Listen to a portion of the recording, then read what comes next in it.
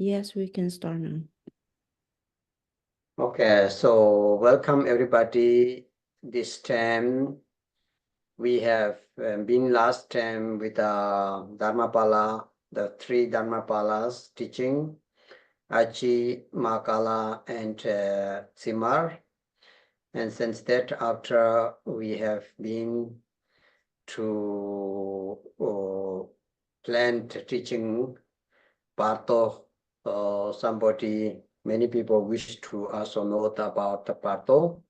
So we have planned, so there is two times teaching of the Bardo, which means the intermediate state, Bardo. This teaching, we have the two different texts. One text is which we have sent out, is the prayer. The prayer text, which has come from the Drupakaju lineage, but many Kaju prayer for that, because this one is very contents and very easy to understand. And also it's good to do the prayer for the daily practice if it's possible, even not every day, but time to time read to remind what will happen, how should we prepare to our this life, life after, and next life.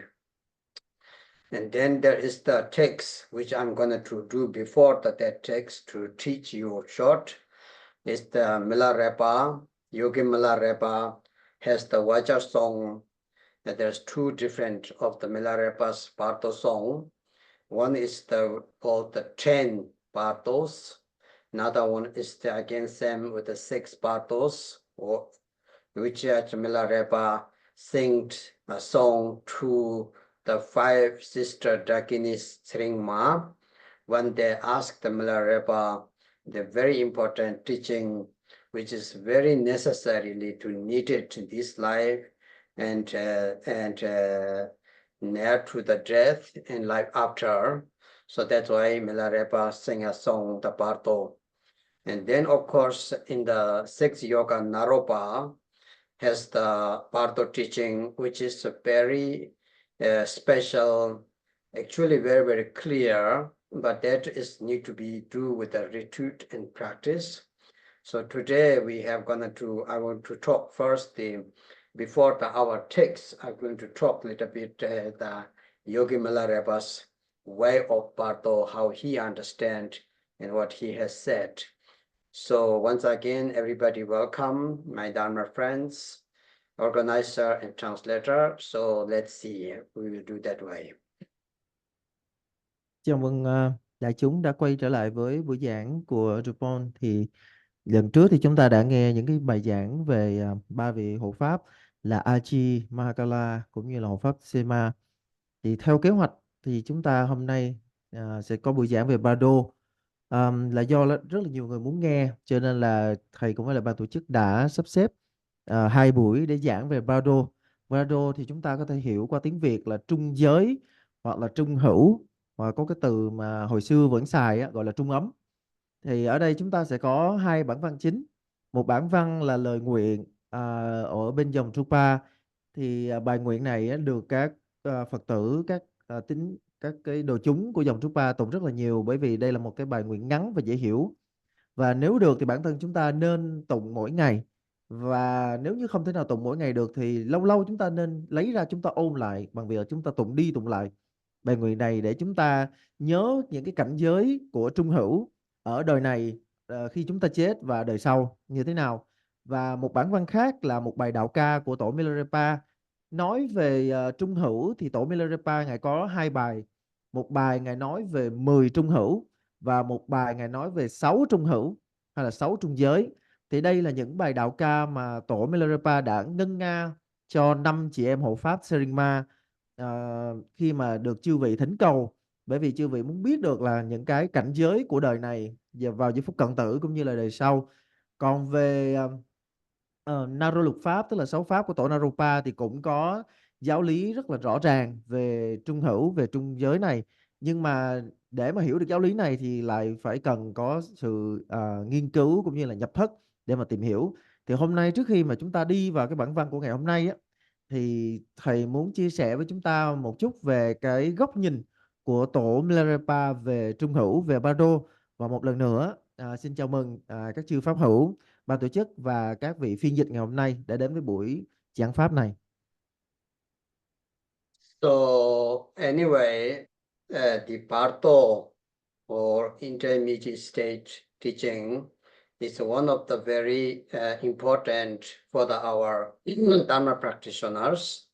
And Bardo, the word of Tibetan Parmato, which Bardo means, that is the between something that we have planned or we left and we not reached the destination. For example, that we left from our home, you have not yet reached to the destination.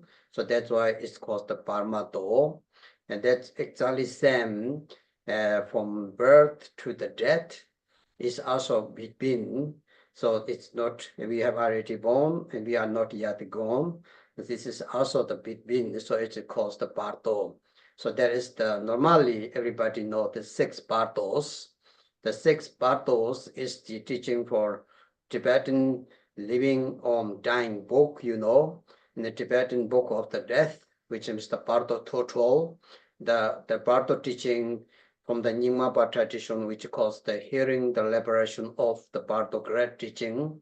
And this all these teachings have been with the 6 Bardos accordingly. And there is the introduced different deities, all the deities which we call 100 deities. So peaceful and wrathful. Sometimes it's also called 56 wrathful deities and 54 and peaceful deities. It's also sometimes accordingly different tantra, but mostly of like this. Means the 56 wrathful, the blood drinker, the Hirukas, for example, like Hayagirwa, Vachakalaya, and so etc. And then there is the 44, the Shiva Shivchutsapshi, means the 54, 54, for 40 as children, sorry, yes, 40, that way it makes 100. So the how to call the peaceful deities. So this explained in the great text, which called the Tibetan word Bardo total. So total means the hearing liberation. And that text is now translated into English, Chinese, maybe Vietnamese, but this is only just mostly to read and of course can teach each part of that. But anyway, normally is the reading. So that's why you need to know the very famous of the Bardo teaching. If you want to read the first one, that Bardo text, the Bardo total means the hearing liberation of the Bardo teaching or the text. Second thing is the Milarepa's, the Bardo teaching, Bardo Vachar song. And then, of course, if somebody has opportunity to do the Naro yoga, the 6 yoga of the Naropa, the Bardo inside the Naro yoga is the very detailed, very, very, how to say, directly teaching, which can be very mean sometimes. That means what will happen after the death, near to the death, but that teaching will touch your heart lots. So anyway, today, then there is many, of course, Bardo prayers. So the word of the Bardo, you need to know, it is the between that we have not reached the destination and we have left from the home, for example. So anything that you planned already, you not reached your goal, and that is called the Bardo. Okay, so this the word of the Bardo need to know in this way, because you heard this Tibetan word Bardo, so you may think it is after the death until the rebirth. Of course, it is also between, but anything is with the between, so that's called the Bardo. So sometimes Milarepa text explained is kind of the lost, that you have no address, you have no idea where should you go, and you have no idea what you can do, who can guide. There is no real guide. There's no way, there's no idea where should go. It's kind of that lost, and that is called the Bardo. So, but the teaching of the Bardo has the 6 Bardos are mostly same way planned. So we talk to today first with the Milarepa, after go to our text, and then next time we will talk about the more with the Naro Yoga's the 6 Bardos. Ở đây chúng ta cần phải nắm được về Bardo, về trung giới hoặc là trung hữu. Thì các giáo lý này là những giáo lý rất là quan trọng đối với lại hành giả. Và chữ Bardo là được viết gọn lại từ chữ Brahmado. Chúng ta có thể hiểu chữ này nó là cảnh giới trung gian, cảnh giới trung chuyển, cảnh giới tiếp nối nhau cho đến khi chúng ta đến đích. Có nghĩa là khi mà chúng ta đi từ một nơi này đến nơi kia, thì cho đến khi mà chúng ta đến cái nơi chúng ta cần đến, cái đích đến của mình, thì chúng ta sẽ trải qua những cái chặng đường. Thì những cái chặng đường đó là cái cách, một cái hình ảnh để mà chúng ta có thể hiểu được về cái cảnh giới trung gian hoặc là cảnh giới trung hữu này. Khi mà chúng ta sinh ra và chúng ta chết đi, cái cảnh giới sẽ như thế nào, và sẽ có những cái cảnh giới trước khi chúng ta sinh ra và sau khi chúng ta chết đi. Thì thông thường là giáo lý về Bardo, giáo lý về trung hữu của Phật giáo Tạng truyền sẽ nói về 6 cảnh giới. Và những cảnh giới này được đề cập rất chi tiết ở trong một cái bản chúng ta hay nghe rất là quen, đó là Tạng thư sinh tử. Tạng thư sinh tử. Và ở trong Phật giáo Tạng truyền và đặc biệt là truyền thống Nhiên Ma có một bản văn được gọi là Bardo of chúng ta dịch nôm na qua tiếng Việt là trung hữu thính giải thoát pháp. Đây là giáo lý mà chúng ta nghe về các cái cảnh giới trung hữu, và ở trong đó mô tả được chi tiết những chư tôn hiền minh và hùng mãnh mà chúng ta sẽ gặp sau khi chúng ta qua đời. Khi chúng ta qua đời thì khi mà chúng ta tiến vào trong trung giới, gọi là sau cái chết đó, thì chúng ta sẽ gặp những vị này. Chúng ta sẽ gặp chư tôn hiền minh và hùng mãnh. Thì sẽ có là 56 hộ Phật hùng mãnh và 44 hộ Phật hiền minh. Thì chư vị hộ Phật hiền mãnh sẽ chẳng hạn như là ngày Mão Đồ Minh Vương, Kim Cang Phổ Ba, vân vân. Còn chư tôn hiền minh thì sẽ có 44 vị, cộng lại 56 chư tôn hùng mãnh cộng với 44 chư tôn hiền minh thì sẽ ra là 100 vị, mà chúng ta hay nghe là 100 vị hộ Phật á. Thì đây là những thông tin mà chúng ta sẽ đọc được ở trong Bardo of trung hữu thính giải thoát. Và hiện tại thì tác phẩm này theo thầy nhớ là đã có bản tiếng Anh rồi, bản Trung cũng đã có rồi, và có lẽ ở Việt Nam chúng ta cũng đã có rồi. Thì đây là một bản văn dùng để tụng đọc và đôi khi được dùng để giảng giải, nhưng mà chủ yếu nhất vẫn là tụng đọc, và đặc biệt là tụng đọc cho người đã quá vãng, người đã mất. Và chúng ta cần phải hiểu về Bardo of chúng ta cần phải hiểu về đạo ca của tổ Milarepa. Và nếu được, nếu như mà nhân duyên có đầy đủ, có những cái phước duyên thì chúng ta có thể tìm hiểu về Naro lục pháp. Ở trong Naro lục pháp chúng ta có những cái giáo lý rất là chi tiết về cảnh giới trung hữu này, và đôi khi những cái chi tiết này, những cái giáo lý này nó gọi là thẳng như ruột ngựa đó, tức là chỉ thẳng cái cảnh giới sau khi chết cho chúng ta. Đây là những cái rất là chi tiết, nếu như mà chúng ta có đủ cái phước duyên thì chúng ta rất là nên tìm hiểu. Và hôm nay thì chúng ta sẽ tìm hiểu về bài nguyện về trung hữu này. Thì nhắc lại một lần nữa, Bardo là cảnh giới trung gian. Cho đến khi mà chúng ta vẫn còn đi trên đường, chúng ta chưa đến được cái đích đến của mình, thì chúng ta sẽ đi qua những cái cảnh giới trung gian. Và để đến đích thì chúng ta sẽ đi qua rất là nhiều những cái quãng đường. Những cái quãng đường đó gọi là những quãng đường trung chuyển cho chúng ta, từ chết cho đến khi chúng ta tái sinh, rồi hiện sinh cho khi chúng ta chết. Và Đức Milarepa ngài đã từng nói rằng là ở trong các cái cảnh giới trung hữu này thì đôi khi chúng ta rất là dễ bị lạc, bởi vì chúng ta không biết là mình đang ở đâu, và chúng ta không biết rằng mình sẽ đi về đâu, và ở trong cảnh giới đó chúng ta không có người hướng đạo, cho nên chúng ta rất là dễ đi lạc. Thì hôm nay chúng ta sẽ tìm hiểu về giáo lý Bardo. Thì giáo lý Bardo thầy nhắc lại là thường là sẽ nhắc về 6 Bardo. Và đầu tiên là chúng ta cần phải tìm hiểu về góc nhìn của tổ Milarepa về 6 cái cảnh giới này, về những cái cảnh giới trung hữu này, cũng như là bài nguyện về các cảnh giới trung hữu, cũng như là sau này nếu có điều kiện thì chúng ta sẽ tìm hiểu thêm những cái giáo lý về cảnh giới trung hữu, về Bardo trong Nalo Rục Pháp. So then, in order to do the Bardo or intermediate state practice, so there is from according to the Naro Yoga, it gives there is some requirement.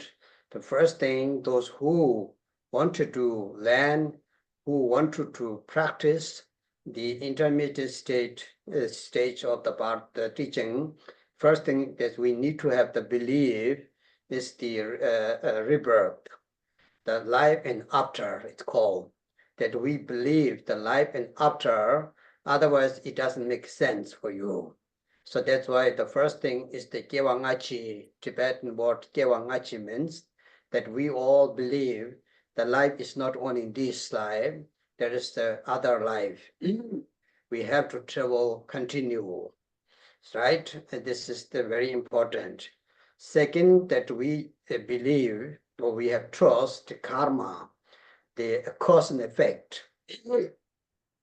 These two need to believe ourselves that we need to have this kind of the intention or understanding. The first one is the rebirth. That means life and after. It's translated like that. Gewangachi. Gewangachi means the birth of this and life after.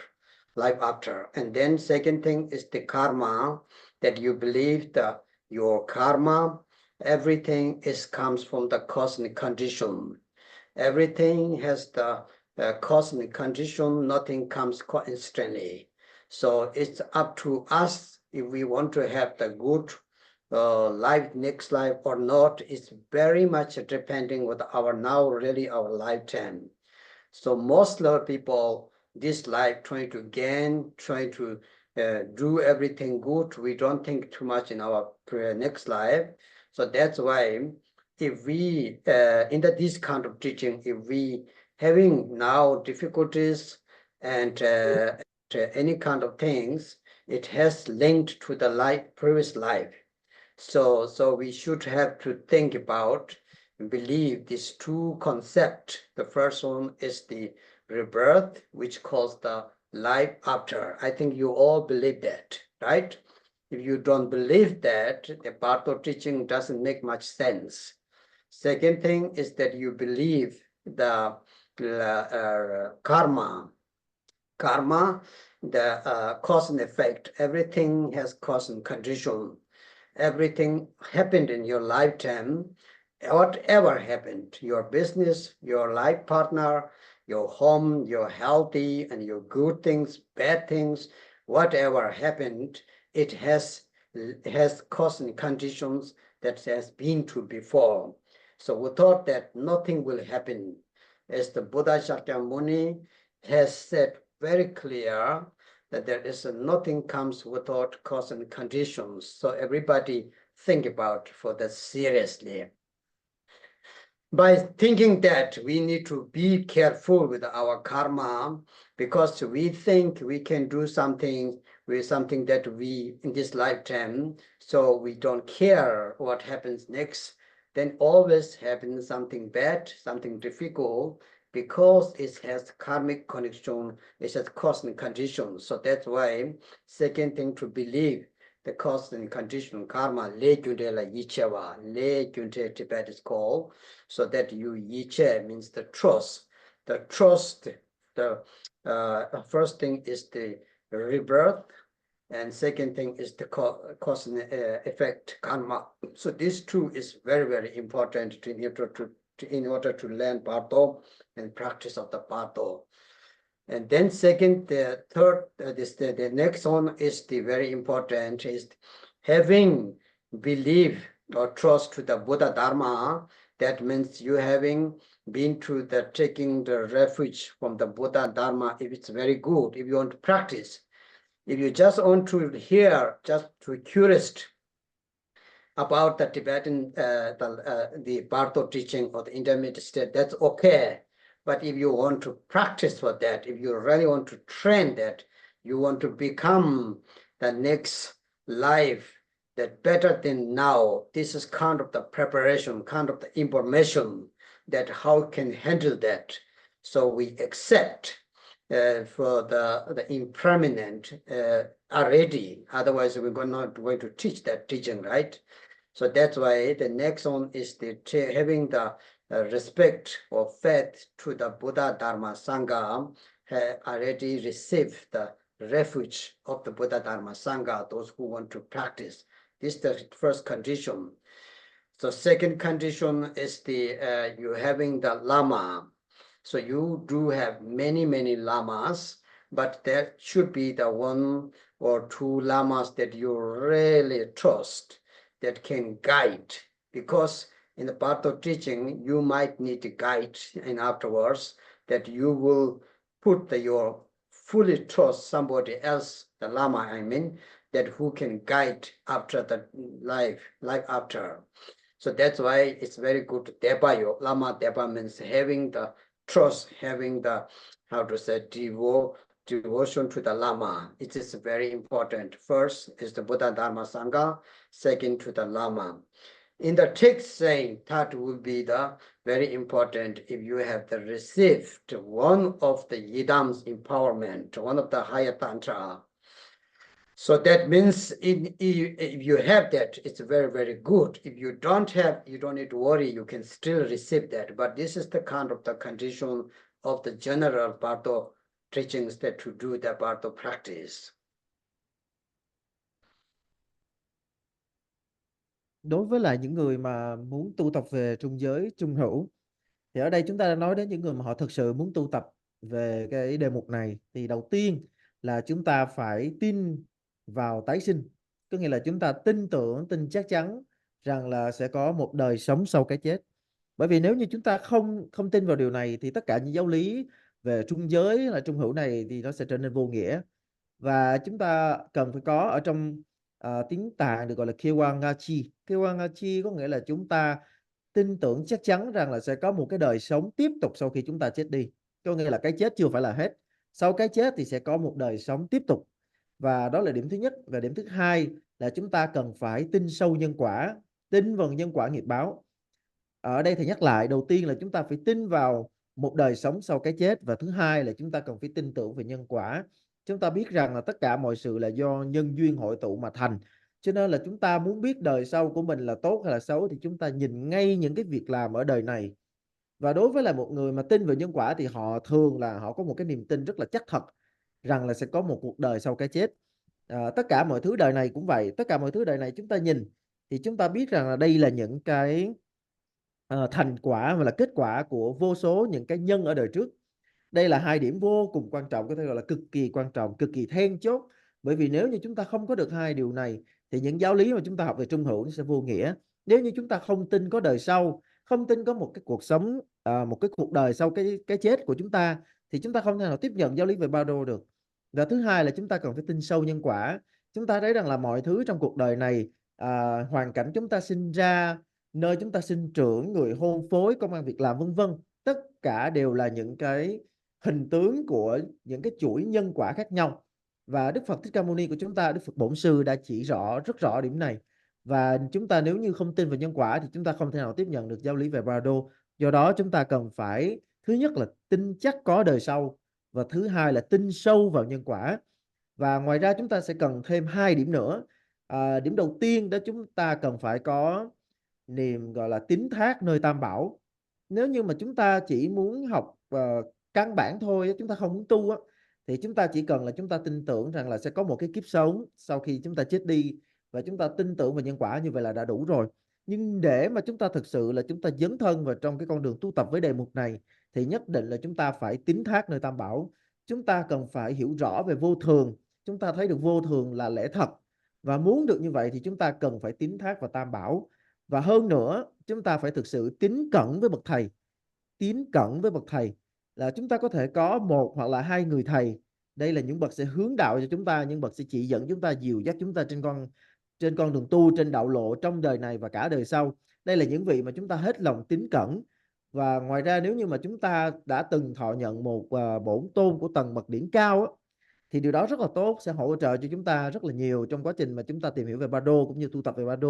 Tuy nhiên là nếu như chúng ta chưa từng nhận bổn tôn như vậy, chưa từng nhận, thì cũng không vấn đề gì cả, chúng ta vẫn có thể nhận được vào lúc này hay lúc đó, lúc này hay lúc khác. Và cái quan trọng là chúng ta cần phải nắm được những cái điểm quan trọng khác để mà chúng ta nắm được, để mà chúng ta có thể tìm hiểu được về giáo lý trung hữu hoặc là trung giới.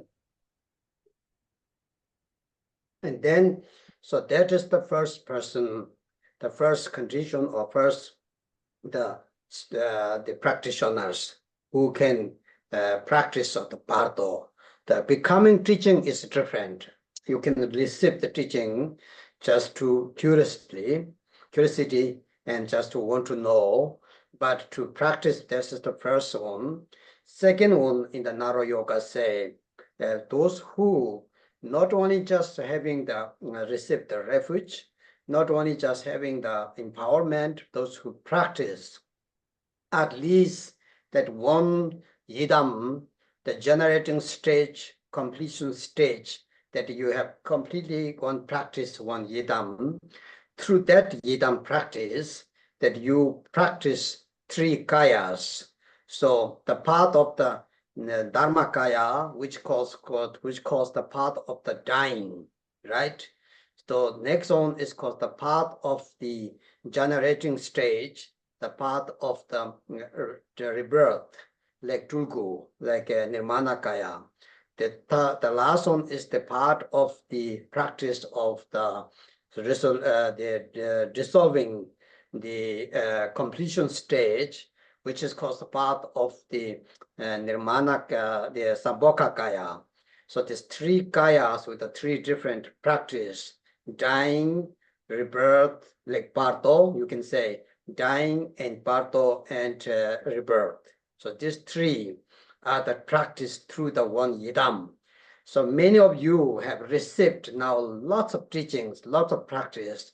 So now if you want to know in future, want to learn Naro Yoga, for example, in Bardo, you have to make and now program yourself which yidam that you want to complete. One yidam I want to complete from beginning to the end. Traditionally, that to do receive the empowerment, transmission, explanation, and then go to the practice to generating stage, completion stage, all yidam. For example, Vajavarahi Chakasambara. When you are doing that, that is the second, the practitioners who can already practice of the Bardo, intermediate stage practice. It's very easy. It's easier than the before one, because the Bardo or intermediate state practice is the already sepo. It's Marpa's specialized. The Marpa has sepo means the mixing with the life and the death, and the mixing of the day and the night, the Bardo and dream. So the sepo number sum, there's three sepos of the Bardo, the Marpa's teaching. It's already including that from the Kajuba tradition. It's a very profound, but very, how to say, contents with this teaching. So you need to know the first, if the second person, the first one we taught, second one who has that completed one yidam. If you one of you, we have now almost 800 people participating here, and the Russian have already in live. So anyone you know that you have completed one yidam proudly, and you that really know this yidam I did it. Traditionally, so you are ready to practice of the 6 yoga naros Bardo, and especially in Bardo practice, not only just teaching. So this is the second condition of the second the practitioners who can do that. Và một người mà muốn tu hành về Bardo cần phải hiểu điều này nữa. Chúng ta ở đây chúng ta tìm hiểu về Bardo có thể là do chúng ta tò mò, chúng ta muốn biết về Bardo, về trung hữu như thế nào, về trung giới như thế nào. Và sư tổ của chúng ta đã từng nói rằng là chúng ta cần phải tu tập. Tổ của chúng ta từng nói là chúng ta cần phải tu tập về một vị bổn tôn, gọi là một cách hoàn chỉnh. Thế nào gọi là hoàn chỉnh? Hoàn chỉnh có nghĩa là đi từ giai trình sinh khởi cho đến giai trình viên mãn. Để thông qua đó chúng ta có thể tiến qua 3 cấp độ tương ứng với lại 3 thân Phật. Chúng ta tu trì về cái chết, tu trì về sinh khởi và tu trì về viên mãn thì sẽ tương ứng với lại quá trình sinh, quá trình tử và quá trình tái sinh của chúng ta. Cho nên là bây giờ cái nhiệm vụ của chúng ta là chúng ta cần phải định hình, cần phải xác quyết cho rõ rằng là chúng ta sẽ tu tập hoàn chỉnh vị bổn tôn nào. Và để sau khi chúng ta đã xác quyết rồi thì chúng ta cần phải dốc lòng nỗ lực để mà chúng ta cầu pháp, chúng ta thực sự họ nhận được những quán đảnh khẩu truyền cũng như là chỉ dẫn cần thiết để chúng ta có thể tu tập thông qua hai giai trình là giai trình sinh khởi và giai trình viên mãn của vị bổn tôn đó, cho dù là Nhiếp Luân Thắng Lạc hay là Kim Cang Hệ Mẫu hay là bất kỳ một vị bổn tôn nào. Và người mà có được những điều kiện này á, khi mà họ học về Bardo, học về trung giới trung hữu thì họ sẽ học nhanh hơn, họ sẽ nắm dễ hơn là một người hoàn toàn không có những điều kiện này. Và đây là những điều kiện mà tổ Mapa ngài đã từng gọi là các sepo.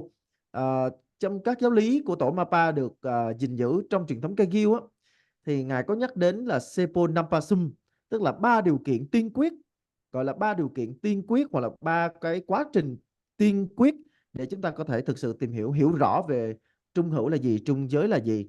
Và đây là những giáo lý vô cùng thâm sâu nhưng mà lại hết sức là cô đọng. Và ở đây thì hiện tại là có, theo thầy đếm ở đây là có khoảng 800 người đang dự cái buổi giảng trực tuyến này. Thì ở đây tất cả chúng ta cần phải suy nghĩ và chúng ta cần phải xác quyết xem là vị bổn tôn nào là vị bổn tôn mà chúng ta sẽ dốc lòng tu trì một cách hoàn chỉnh thông qua đầy đủ tất cả các cái giai trình. Chúng ta cần phải suy xét về điều này.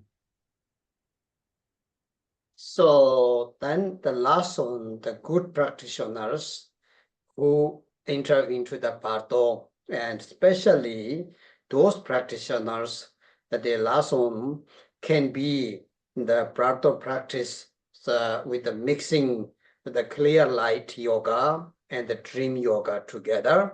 Those who can do that, it's in the text our say, who are already having the experience of the clear light yoga and illusory body yoga, who have trained that already. So you are Bardo is very easy because Bardo is illusion. Everything is illusion, so you will recognize the illusion as illusion. Our problem is we do not recognize the illusion as illusion. We think that we know the word, and we even use sometimes, yeah, everything is illusion, but we do not follow that.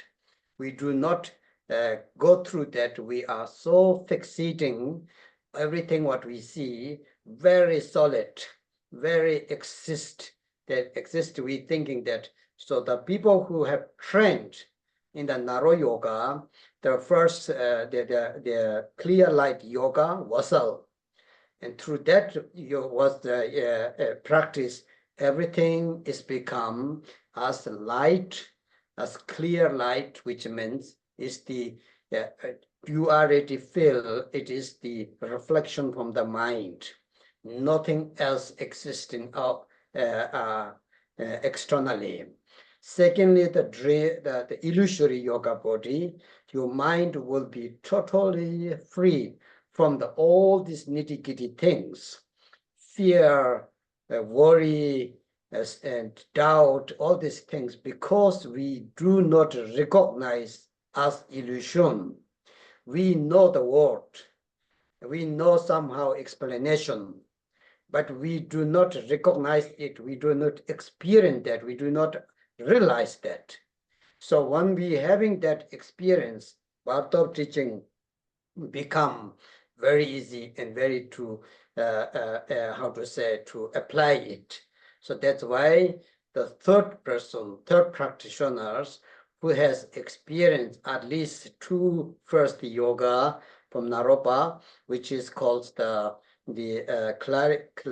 clear light yoga and the illusory body yoga, Yulu and Wasal, who has these two experience. So Bardo is very, very easy, and Bardo will be very special, and you feel really makes sense. Otherwise, the teaching will be nice, I know, but it doesn't make sense for you because you will be the same person. You will not change to that much. So that's why the third person, the third condition is that those people who has the experience of the illusory yoga body and clear light yoga body, clear light yoga. That's why in Naro yoga, the Bardo comes to the after two more clear light yoga and dream yoga, then start the Bardo teaching before the Poa. So that is something very special, right? You understand? So that's why the third person need to have this kind of experience. If anyone have that, and you have done that, so it's Bardo very, very easy to practice. So let's see, because we have to feel element, the dissolving the element, we have to feel that, we have to knowing that. But by that knowing, we have to practice it. And then you become the good practitioner of the intermediate state or the Bardo, and dream yoga will be automatically you to involve with that practice. Và một bậc hành giả về Bardo, về trung giới hay là trung hữu, nếu như mà thực sự là một bậc gọi là chân tu á, thì vị hành giả này có thể hợp nhất được huyễn mộng và tịch quan. Ở trong kinh văn có ghi rằng là người nào có thể hợp nhất huyễn mộng và tịch quan thì không còn gì lo lắng khi tiến vào trung giới. Bởi vì đối với lại các bậc hành giả như vậy á, thì tất cả mọi sự là huyễn, tất cả mọi sự là sự hiển bày của tịch quan. Nhưng mà đối với chúng ta là những hành giả sơ cơ, chúng ta lại khác. Bởi vì chúng ta không thấy các pháp là huyễn, cho nên cái gì chúng ta cũng muốn ôm chắc, chúng ta không buông. Và bởi do như vậy cho nên chúng ta không thể nào có thể hợp nhất được huyễn mộng và tịch quan. Còn bậc hành giả làm được điều này thì lại nhận thức rất rõ rằng là mọi sự là huyễn, là sự hiện bày của tịch quan. Và bậc hành giả như vậy biết rõ thân này là huyễn, cho nên không hề có bất cứ một cái sự dính chấp nào. Và chúng ta có thể là đã nghe đi nghe lại cái chữ huyễn này rất là nhiều, nhưng bởi do chúng ta không có sự tu tập, không có sự suy nghĩ và tu tập để mà ngộ nhập chánh tri kiến, cho nên là chúng ta vẫn như vậy, mặc dù chúng ta đã nghe giáo lý này có thể rất là nhiều lần.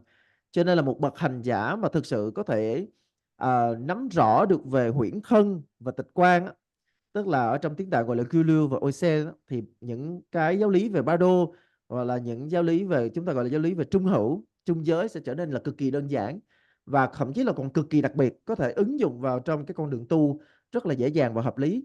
Thì đó là một cái viễn cảnh rất là tươi đẹp. Nhưng nếu như bản thân chúng ta không có bất cứ một cái sự chuyển hóa nào, có nghĩa là chúng ta nghe xong chúng ta để đó, chúng ta không có sự suy nghiệm và tu tập ấy, thì tất cả mọi thứ nó chỉ đều là vô nghĩa thôi. Cho nên chúng ta cần phải hiểu rõ được giá trị của sự hợp nhất giữa huyễn mộng và tịch quan. Ở trong gọi là lộ trình của Naro Lục Pháp thì chúng ta cần phải đi qua các cái giáo lý về huyễn thân, về tịch quan, về nội hỏa, rồi từ từ chúng ta mới đi đến Phoa, tức là tống thức. Tất cả mọi thứ này đều có quá trình và chúng ta cần phải tìm hiểu, mà không chỉ tìm hiểu, chúng ta cần phải suy nghiệm và tu tập cho thiết thực, thì lúc đó chúng ta mới có hy vọng hợp nhất được huyễn mộng và tịch quan. Thì đây gọi là một cảnh giới tu hành mà chúng ta cần phải nhắm tới. So normally, so this is the conditions what we need to, or the practitioners. So you think about that. Which conditions you already have? The first one, maybe everybody has, right? Having the received, the first our side that we believe the life and after, right? Life and after. Second one is the karma, cause and effect, that I think we already know that, we already believe that, we trust that. And then top of that, the condition for the Bardo, as I said, the first person who need to have the at least taking refuge Buddha Dharma Sangha, and the devotion to the Lama, right, is very, very important, and to receive the Vajrayana practice, especially empowerment, one of the higher yidam. That will be easy. And the second one, we had, as I said, those who not just received one yidam, you did practice from completely understanding of the three kayas, how to practice that. During the yidam practice, we train the three kayas, Dharma kaya as death, Sambhoga kaya as Bardo, Nirmana kaya as birth, rebirth. So these three is called the three path to the liberation or to the samsara. So Milarepa said, these are you can divide, if you do the good way, these three paths to become the path to the enlightenment. If you do not understand that with the negative way, these three paths become attachment, hatred, ignorance, the path to the samsara. So this is very, very important to know how to handle that. So because through the yidam practice, we have understand this. So that is the second we taught. Remember that, because the teaching will be very important.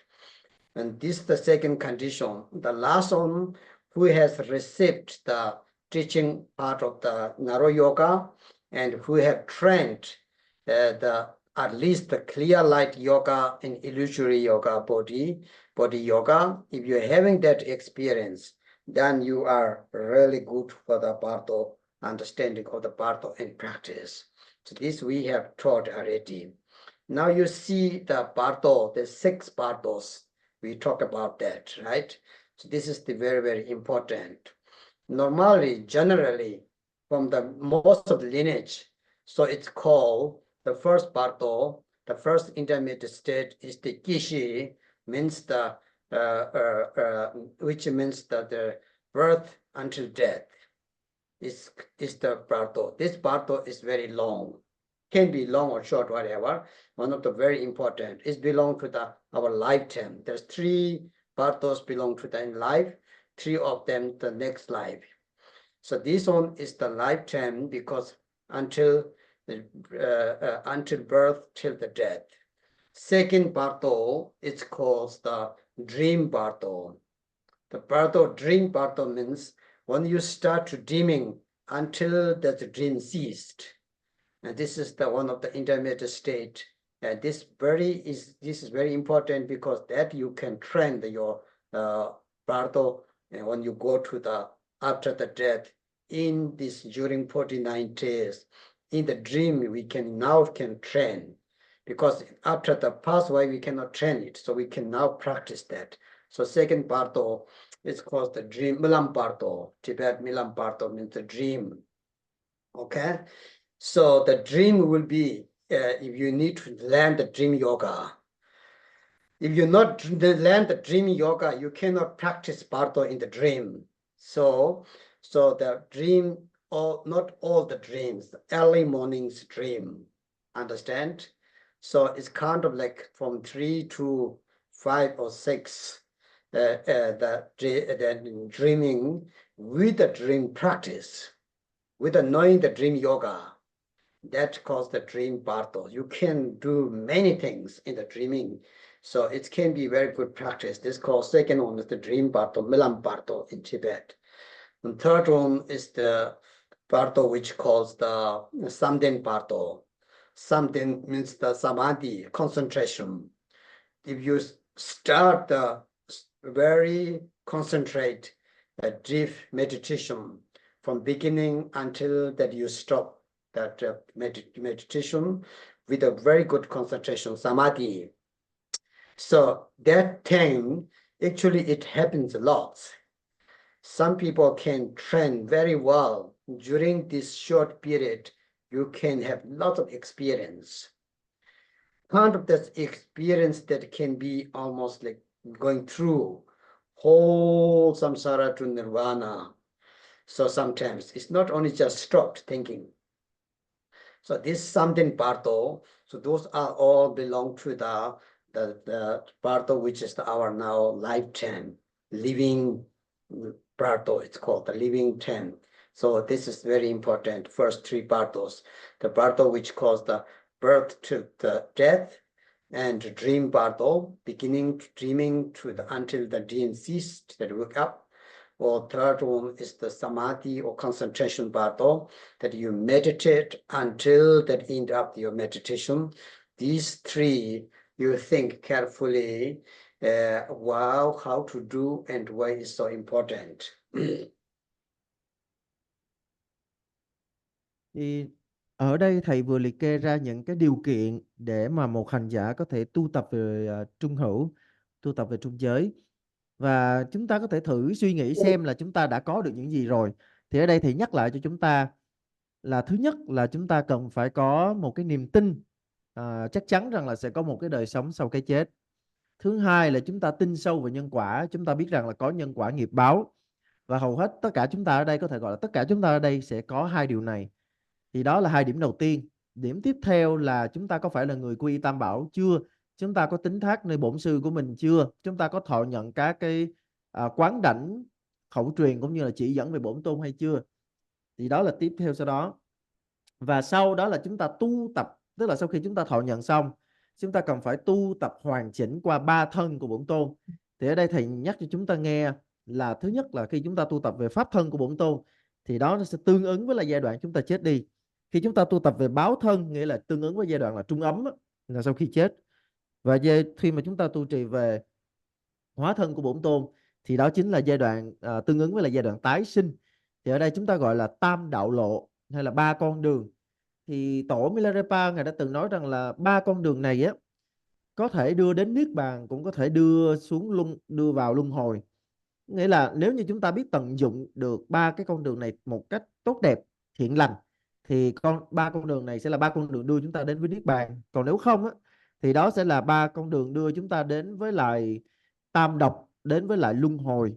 Và do đó chúng ta cần phải hiểu được giá trị của cái sự gọi là tu hành một cách nghiêm chỉnh về bổn tôn. Và sau cùng, giống như cái điều ở trên thầy có nói, tức là một người có thể thọ nhận được giáo lý và cũng như là tu trì miên mật về huyễn thân cùng với tịch quan, thì lúc này người này đã hội tụ đầy đủ các điều kiện để có thể tu tập về Bardo hay là tu tập về trung hữu.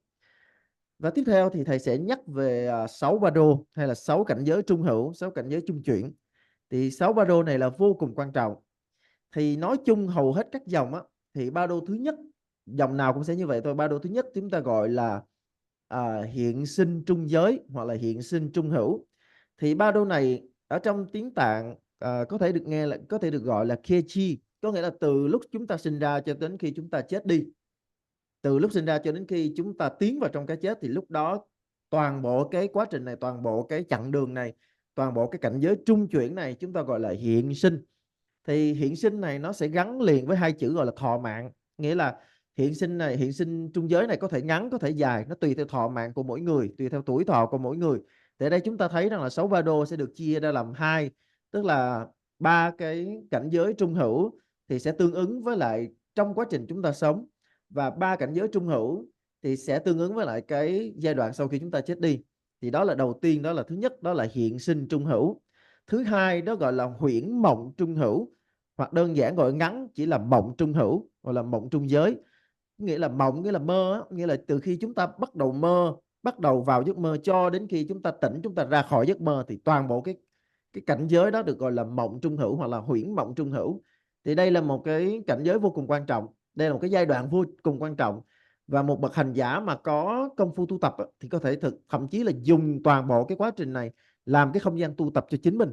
Và khi mà một người trui rèn liên tục như vậy họ sẽ có những cái ứng dụng rất là tốt sau khi họ chết, đặc biệt là trong vòng 49 ngày sau khi chết đi. Chúng ta đều biết là sau khi chết đi chúng ta sẽ trải qua 49 ngày, thì 49 ngày này đối với là một hành giả mà có công phu về huyễn mộng trung giới thì đây là một cái khoảng thời gian mà vị này có thể tu tập. Còn sau khi mà hết 49 ngày xong nghĩa là hết cơ hội rồi, thì tiếng Tạng gọi là Milarepa. Và khi mà chúng ta nói về huyễn mộng trung giới thì chúng ta sẽ liên hệ đến một pháp ở trong mà chúng ta hay nghe gọi là mộng du già, hoặc là du già mộng đó. Nếu như mà một người mà có được cái công phu về mộng du già này thì sẽ ứng dụng rất là dễ dàng cái việc tu tập của mình trong huyễn mộng trung giới. Còn nếu không có thì sẽ hơi khó hơn. Cho nên là chúng ta phải thấy là cái mộng du già là một cái pháp rất là quan trọng nếu như chúng ta thật sự muốn ứng dụng được cái sự tu tập của mình trong huyễn mộng trung giới. Và thứ ba ở trong tiếng Tạng gọi là Samten Brado, có nghĩa là tam muội trung hữu, hoặc là nói một cách dễ hiểu gọi là thiền định trung hữu. Nghĩa là khi mà chúng ta có định lực trong khi mà chúng ta thiền hành hoặc là thiền tập, thì đây chính là cái quá trình khi mà chúng ta an ổn ở trong cái định đó, thì cái cảnh giới này được gọi là tam muội trung hữu. Đây là một cảnh giới rất là quan trọng. Đây là một cái cảnh giới rất là quan trọng nữa nếu như để trui rèn cái định lực này. Thì nói về định lực thì sẽ có người có định cao và có người có định thấp. Có người có thể an trú trong định một thời gian dài, có người sẽ an trú trong định một thời gian ngắn. Và có đối với lại những bậc mà hành giả mà có công phu về tu tập, công phu về tu định, tu thiền thì họ có thể trụ ở trong trung hữu này rất là lâu. Và phải hiểu rằng là trong định không có nghĩa là không nghĩ gì nha. Người mà có định lực khác với một cái người không nghĩ gì. Và tam muội trung hữu này có thể kéo dài ngang bằng với hiện sinh trung hữu. Có nghĩa là một người khi bắt đầu vào trong cái định của họ thì họ có thể trụ trong cái định này đến khi mà họ đồng nghĩa việc là họ chết đi, tức là cái kiếp sống này của họ chấm dứt, nghĩa là nó kéo dài ngang với lại cái hiện sinh trung hữu. Thì ở đây thầy nhắc lại sẽ có đầu tiên chúng ta nhắc đến đó là ba trung hữu hoặc là ba trung giới, là hiện sinh, huyễn mộng và tam muội. So then the fourth Bardo is the between of the dead and living. It's called the near Bardo of the near death, Chika Bardo, very near to the death, which means all the element, there is the 20 different elementary dissolution to dissolve. All of them dissolved, the gross level of the elementary dissolved, then coming to the how to call the subtle element, which is the before the three appearance, white, red, black appearance. Before that, it's called the near to the death. It takes not long time. It takes maybe let's say few minutes. It's very near to the death, Chika Bardo. That one is we not train now. It's very difficult. So that is the most important one, because Lord Jigten Sumgon and many other great yogis said, next life in the Bardo, if you have good karma or not, is your last thoughts. The before stop your breathing, you might get one thought coming, concept. That concept is positive or negative. It's very much important. So it's very, very important now to train that, because you never know what comes. Even great practitioners, Lama and Yogi, I don't know, maybe many of them, Geshes, Kembos, can be changed. Whole life practice, whole life doing that. But in the moment, the very second moment, have one negative thought, if they die by that, it can become, it can be fall down to the samsara, even sometimes become as they wish, demons, maras, whatever. So in Tibet, have lots of stories, those who doing lots of practice lifelong, and then the last moment thoughts changes. It's become very, very difficult. So Chika Tsamchor, Milarepa also said, you have to practice now how to die. You have to prepare that. You really need to train that. This is the most important than any else other practice, Ma Motra, Santima, whatever you call. That moment, the last moment, very millisecond before the stop the breathing, one thought should be very positive. Understand? If that thought is not positive, it's become negative. The thought is become attachment, hatred, something like mind poisons. Whole life practice, it does not really help that much. Understand? So this one is very, very important. Bardo, it takes not long time. It's very short until to stop our breath. But it stay after stop breathe, it stay 3 days in our body. It still have thoughts, it still continue going on. So we are not dead. Near to the death means the gross level of all the elementary dissolved, the subtle, which you cannot feel other people, you only have your own experience. That one is the very important. So that is called the near Bardo, which is called Chika Bardo, Tibet, which means near to the death, very near to the death. And this moment is so important, really, really most important. But I tell you, the difficult thing is that moment you will, everybody experience very hard. Because no matter if you're a great practitioner, whatever, lifetime, people used to say, I don't care death. And for me, it's no problem. Everybody said that. But that moment comes, everything coming back. The problem is the negative emotion will not let you quiet. They will remind you, you have jacket, you have this, you have not finished your project, you have bought this, and everything's coming. Then this is the yogi experience, Milarepa said. It's really like movie. It's like movie coming back to your head. And same time that you feel fear because you really cannot breathe out and in. Shike nacho, Tibet called nacho, this word. It's really torture. So this very torture momentum, if you have positive thoughts, then we will be enlightened. So that can be very great yogi. You know, understand me? So this Bardo is the known extremely important, but it's very difficult to handle at that moment. So that's why we have to train now. If we train now, so and then that as like Jigten Somgon said, remember, may I die happily, may I die joyfully, may I die willingly. I want to that. May I die in the near to the death. May I realize the Mahamudra. Understand?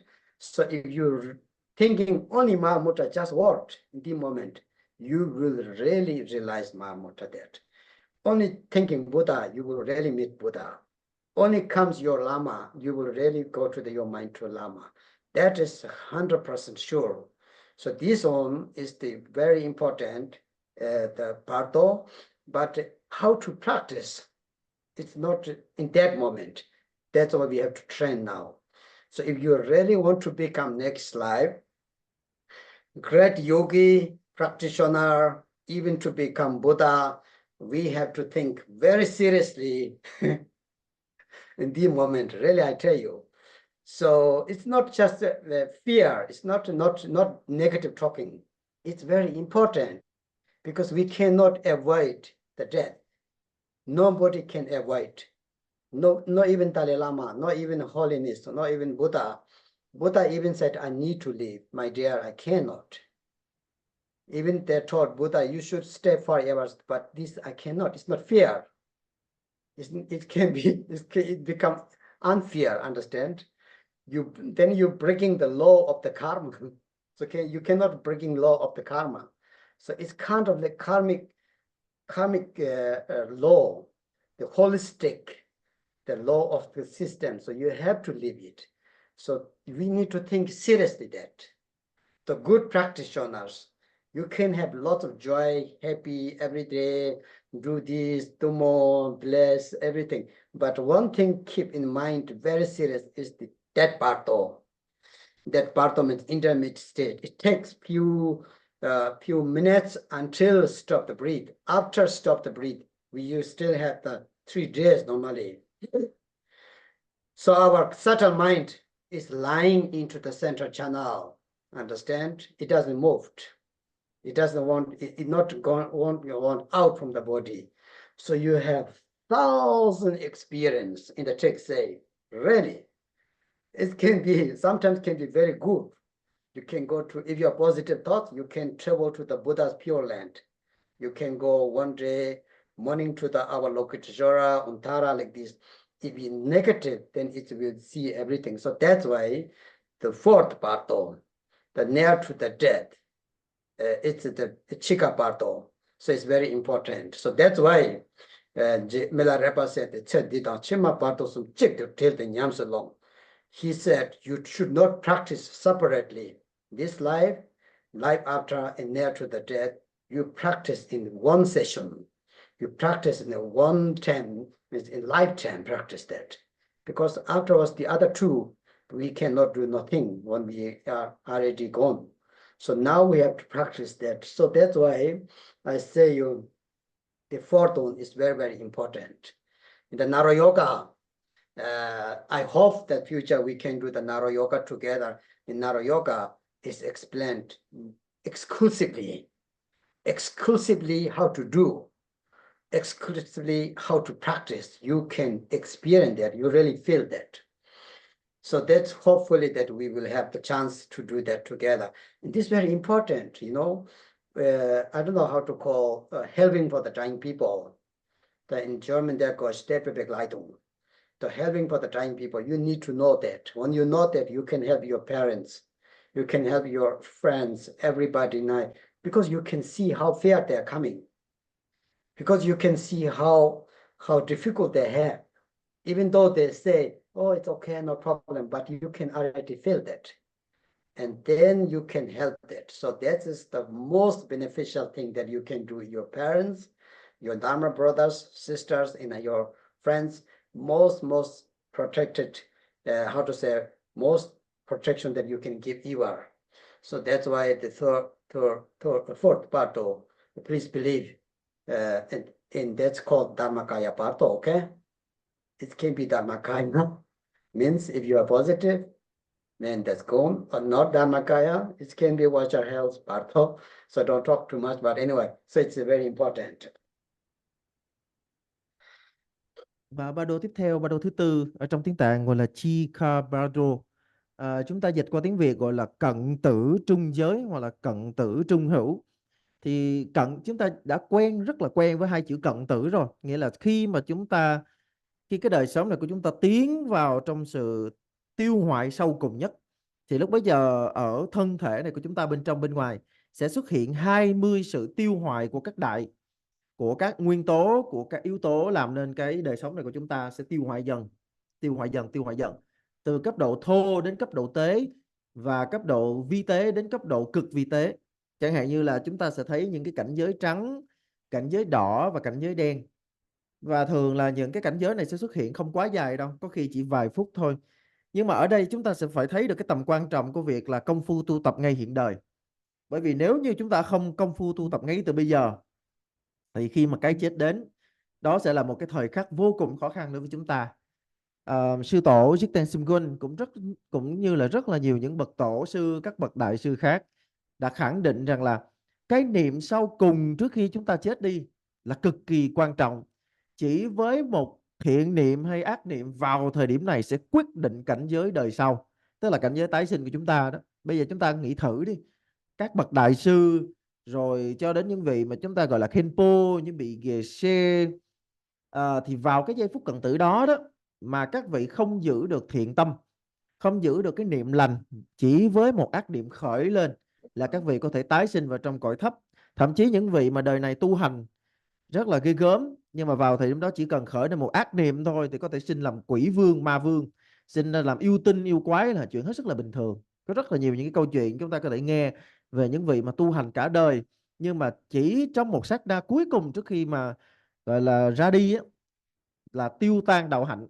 Tổ Milarepa đã từng khẳng định rằng là cho dù trong đời này chúng ta tu tập cái gì, bình thường thường nhật chúng ta tu tập cái gì, chúng ta tu tập về đại thủ ấn, đại viên mãn, chúng ta tu tập cái gì không cần biết, nhưng vào giây phút cận tử thì chính ngay cái sát na đó, chính ngay cái giây phút đó là quyết định cả đời sau của chúng ta. Cho nên chúng ta cần phải nhất định giữ thiện niệm.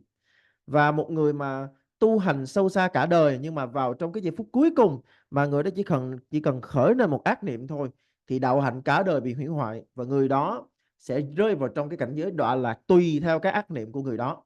Cho nên là vào giây phút cận tử thì chúng ta cần phải hết sức lưu ý để mà chúng ta duy trì những cái ý niệm thiện lành.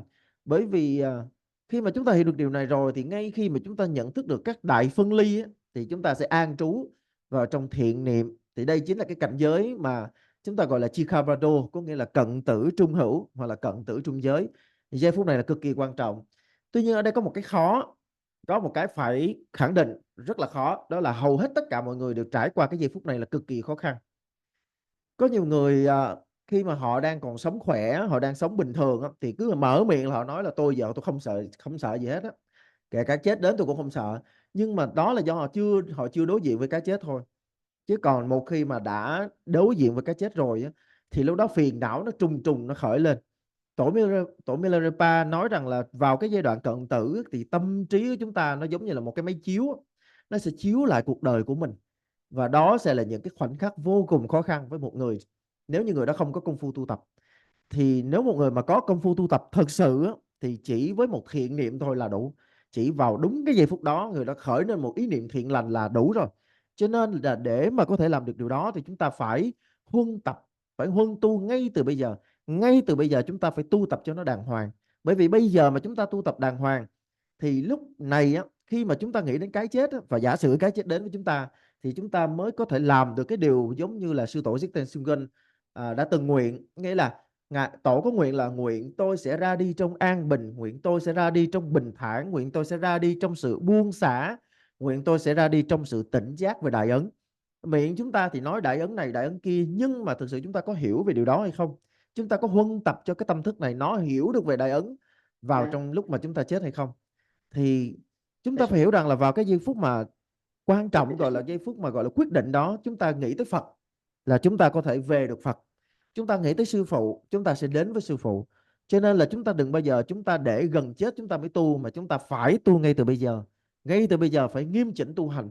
Ở đây không phải là thầy nói suông, ở đây không phải là thầy hù dọa chúng ta, mà chúng ta phải đồng ý với nhau rằng là sẽ không ai tránh được cái chết cả. Cho dù là thánh tổ cỡ nào cũng sẽ phải bỏ lại cái xác thân này. Ngay cả Đức Thế Tôn của chúng ta cũng vậy. Đức Thế Tôn luôn luôn khẳng định là Như Lai một ngày nào đó cũng sẽ phải rời khỏi thế gian này. Nên là cái quan trọng là chúng ta phải tập được cái tâm thái đối diện bình thản trước cái chết. Và chúng ta phải khẳng định rằng là sẽ không có bất cứ một phép màu nào ngăn cản cái chết. Vô thường là một định luật muôn đời. Cho nên là sớm muộn gì chúng ta phải ra đi. Sư phụ chúng ta ra đi, tổ chúng ta ra đi, bản thân chúng ta cũng phải ra đi, người thân con cái vợ chồng không cần biết, tất cả đều sẽ phải ra đi. Cho nên là đối với là một người mới biết tu thì hàng ngày vị này có thể tu đại viên mãn, đại thụ ấn, tu bổn tôn này, tu bổn tôn kia, nhưng trong tâm vị đó luôn luôn thường trực cái ý niệm rằng là tôi sẽ ra đi vào bất kỳ lúc nào. Có nghĩa là luôn luôn cảnh giác với lại cận tử trung giới. Và sau khi mà chúng ta gọi là ngừng thở về mặt vật lý, tức là cơ thể này gọi là chút hơi thở cuối cùng, thì theo giáo lý là cái cơ thể của chúng ta vẫn chưa hoàn toàn chết đâu. Tại vì trong vòng khoảng 3 ngày, cái tâm của chúng ta, cái tâm thức của chúng ta nó sẽ an trú trong kinh mạch trung ương, nó chưa ra khỏi cơ thể của chúng ta. Mặc dù là bên ngoài về mặt lâm sàng là chúng ta đã chết rồi, nhưng mà thực ra là về mặt tâm linh là chúng ta chưa hề. Chúng ta vẫn cái gọi là cái tâm thức, cái thần thức của chúng ta nó vẫn còn ở trong kinh mạch trung ương trong 3 ngày. Và trong suốt 3 ngày đó chúng ta sẽ trải qua rất là nhiều những cảnh giới nối tiếp lẫn nhau. Cho nên đối với là một người mà có công phu tu tập thì sáng có thể là ở Phổ Đà Sơn gặp Đức Quan Thế Âm, chiều là đã có thể qua cõi tịnh độ của Đức Tara rồi. Cho nên là một người mà có cái công phu tu tập thì điều đó là hết sức bình thường. Và Đức Milarepa Ngài đã từng khẳng định rằng là chúng ta trong một thời công phu chớ có bao giờ tu tách biệt. Tu tách biệt có nghĩa là chúng ta tách ra cái chuyện là tu về hiện sinh, tu về cái chết và tu về đời sau.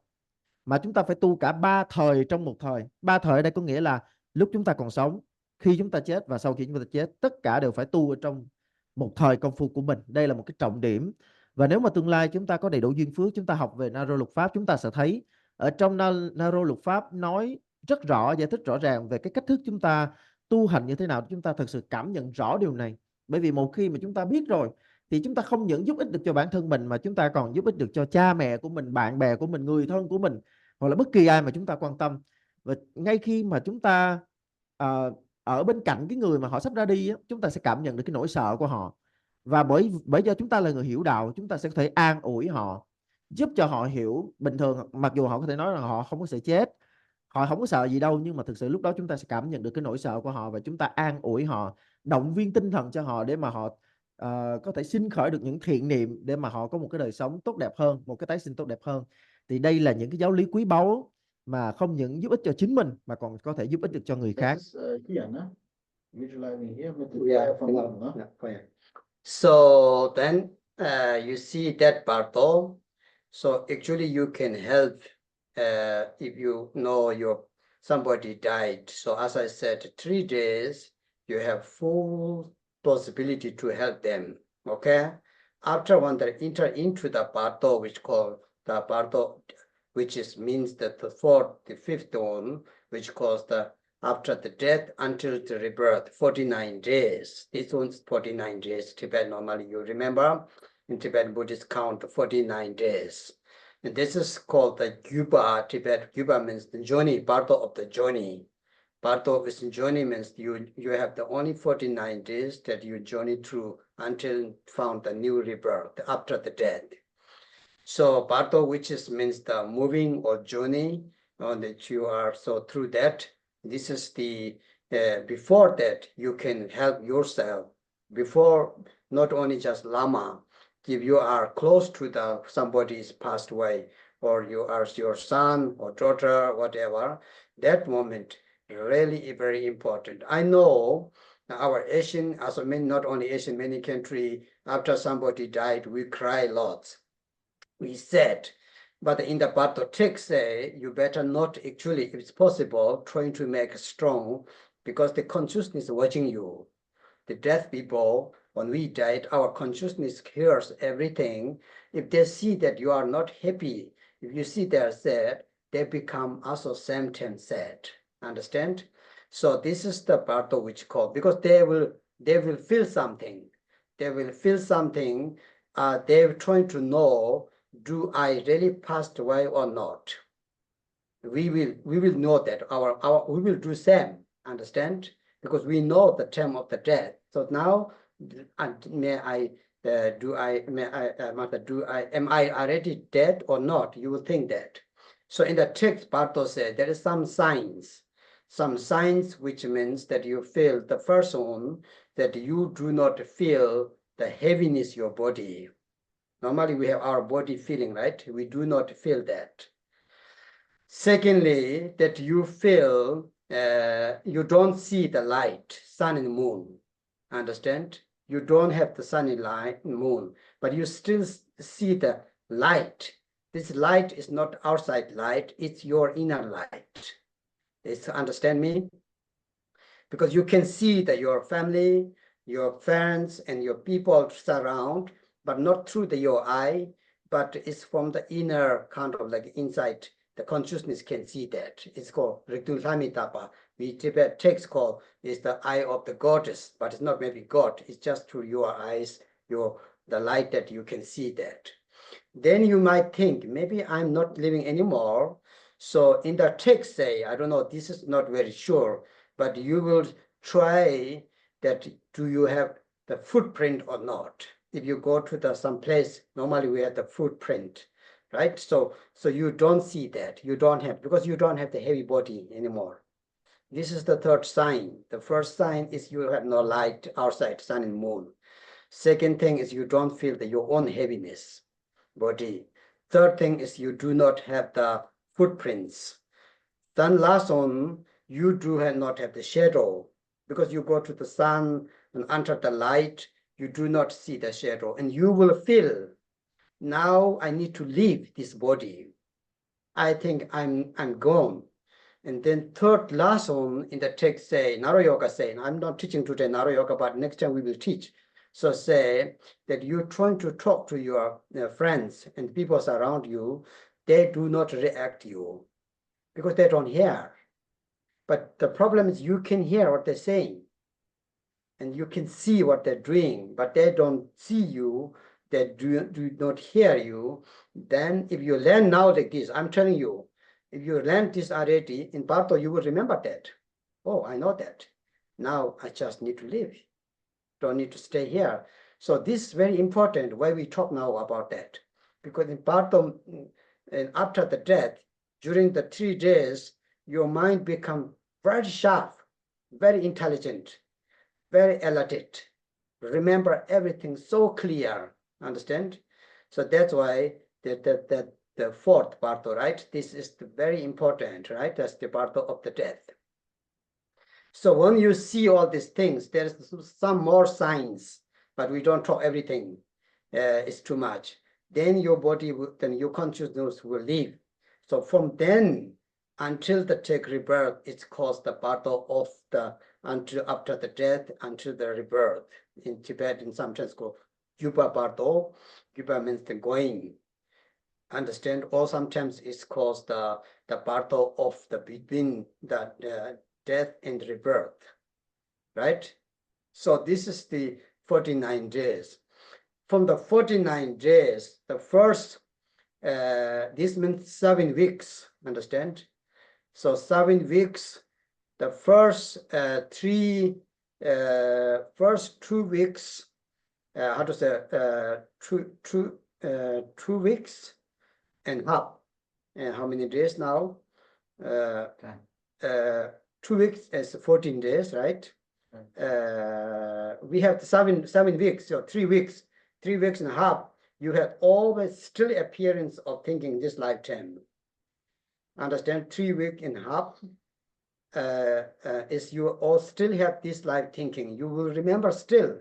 You remember still your family, your house, your family, your body, and everything. You still remember. Understand? It can be still coming back. So that's why people sometimes say their consciousness was coming back. Sometimes people say, even knock my door. Sometimes people feel strange. So 3.5.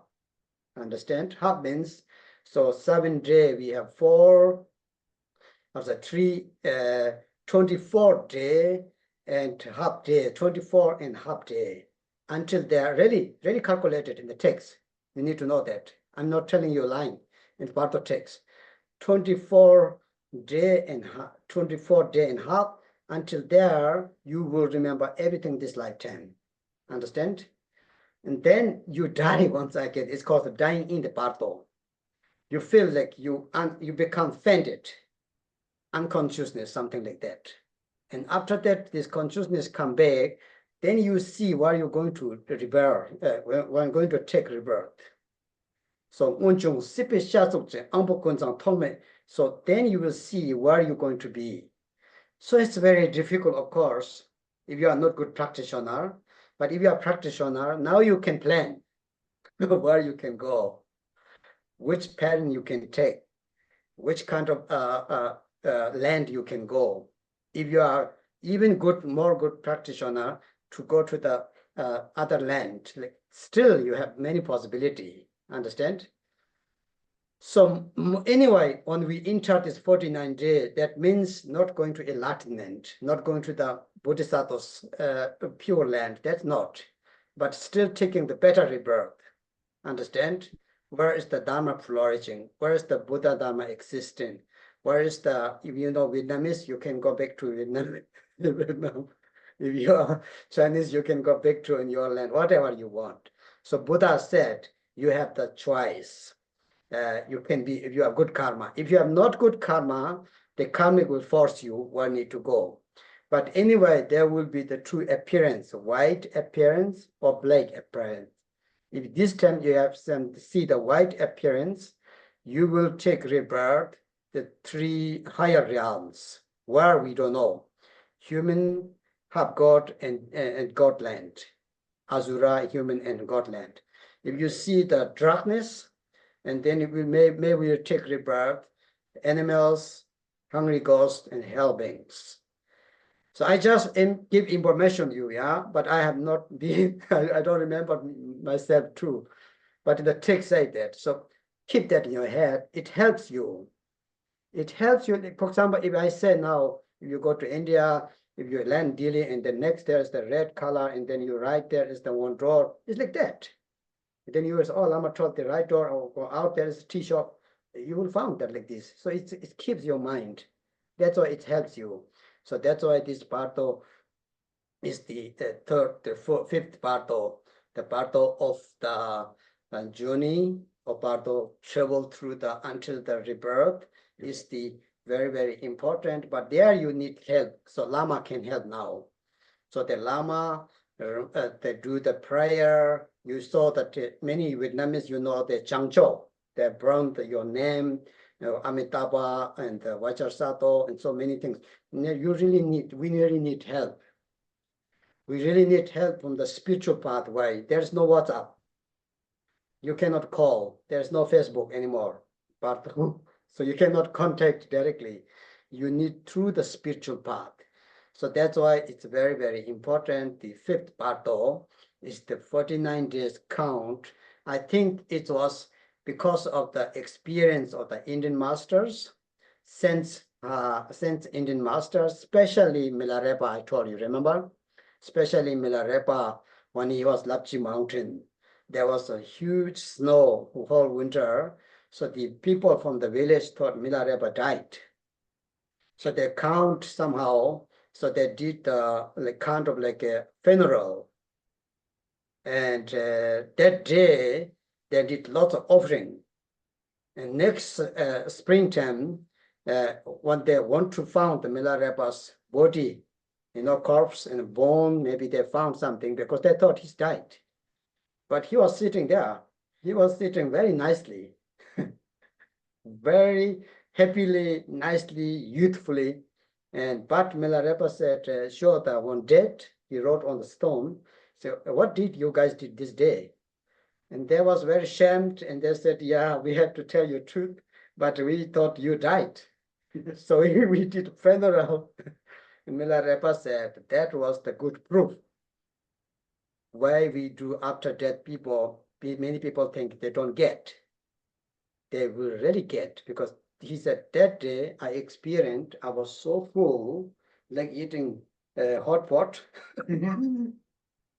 Eating like big hot pot. I was so full. I was so pleased. So was kind of that. So he said it's working. So believe that, do that is very important. Understand? So this is the fifth Bardo. Fifth. Thì đó là cái mà chúng ta cần phải hiểu về cận tử trung giới. Và để khi mà chúng ta có được cái hiểu biết này rồi, thì nếu như mà mình biết có ai qua đời ấy, thì giống như là thầy đã nói ở trên á, là mình biết rằng là mặc dù là về mặt lâm sàng người này đã chết rồi, nhưng mà trong vòng 3 ngày kể từ khi họ trút hơi thở cuối cùng, thì trong vòng 3 ngày này mình hoàn toàn có thể giúp cho người này. Bởi vì sau khi mà họ chết đi á, thì lúc đó thì sẽ là cảnh giới thứ 5. Cảnh giới thứ 5 này được diễn ra trong vòng 49 ngày sau khi người đó mất. Sau khi rồi người đó chết, ở trong tiếng Tạng gọi là Dripa, có nghĩa là một cái hành trình đi tìm tái sinh, nghĩa là cái lộ trình mà họ trải qua cho đến khi mà họ có được cái nơi họ tái sinh. Và nếu mà mình có được những cái kiến thức, mình có những cái hiểu biết về phạm trù này, thì chúng ta hoàn toàn có thể giúp cho người thân, cha mẹ, anh chị em, bạn bè của mình. Và thầy biết và thầy cũng thừa nhận cái điều này. Tức là đối với người châu Á chúng ta, mà khi mà người thân mà chết đi thì cái việc mà đầu tiên mình làm và mình nghĩ đó là tốt đó là mình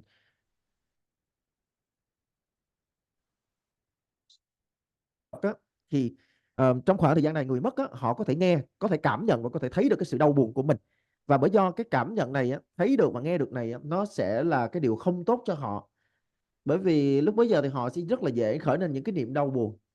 Và đôi khi là người chết họ cũng chưa ý thức được là họ chết nữa, và họ sẽ có một số những cái hoài nghi rằng là không biết là mình chết chưa.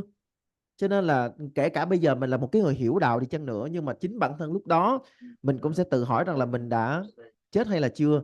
Và ở trong các giáo lý về Bardo có nói một số những cái dấu hiệu để mà chúng ta có thể nhìn nhận được là mình đã chết.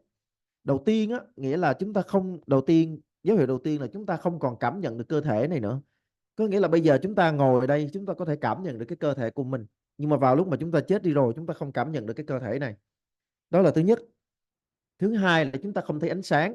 Thì cái ánh sáng này là ánh sáng của mặt trời và mặt trăng, chứ không phải là cái ánh sáng, bởi vì lúc đó chúng ta vẫn thấy cái ánh sáng, nhưng mà ánh sáng đó là ánh sáng nội tại của chúng ta, chứ không phải là ánh sáng mặt trời hay là mặt trăng. Và lúc đó thì mình gọi là cái mà mình nhìn thấy người thân của mình nó không qua cái nhục nhãn, tức là không có thông qua cái đôi mắt bình thường này của mình, gọi là đôi mắt của nhãn căn nhãn thức nữa, mà mình thấy người thân thông qua, chúng ta gọi đó là tạm gọi là thiên nhãn. Thì lúc bấy giờ chúng ta không dùng cái đôi mắt bằng cái mà hiện tại chúng ta nhìn, không còn là cái nhục nhãn nữa, mà sẽ dùng mình nhìn bằng thiên nhãn. Và lúc này dấu hiệu thứ ba là chúng ta có thể thử xem là mình có thể để lại cái dấu vân tay của mình hay không. Thì đây chính là ba cái dấu hiệu. Đầu tiên là không cảm nhận được thân thể, thứ hai là không thấy được ánh sáng bên ngoài, và thứ ba là không thể. Okay, finish. No, he's still talking. Okay. You guys hear him? Abraham, we cannot hear you. I think he Ơi, internet problem.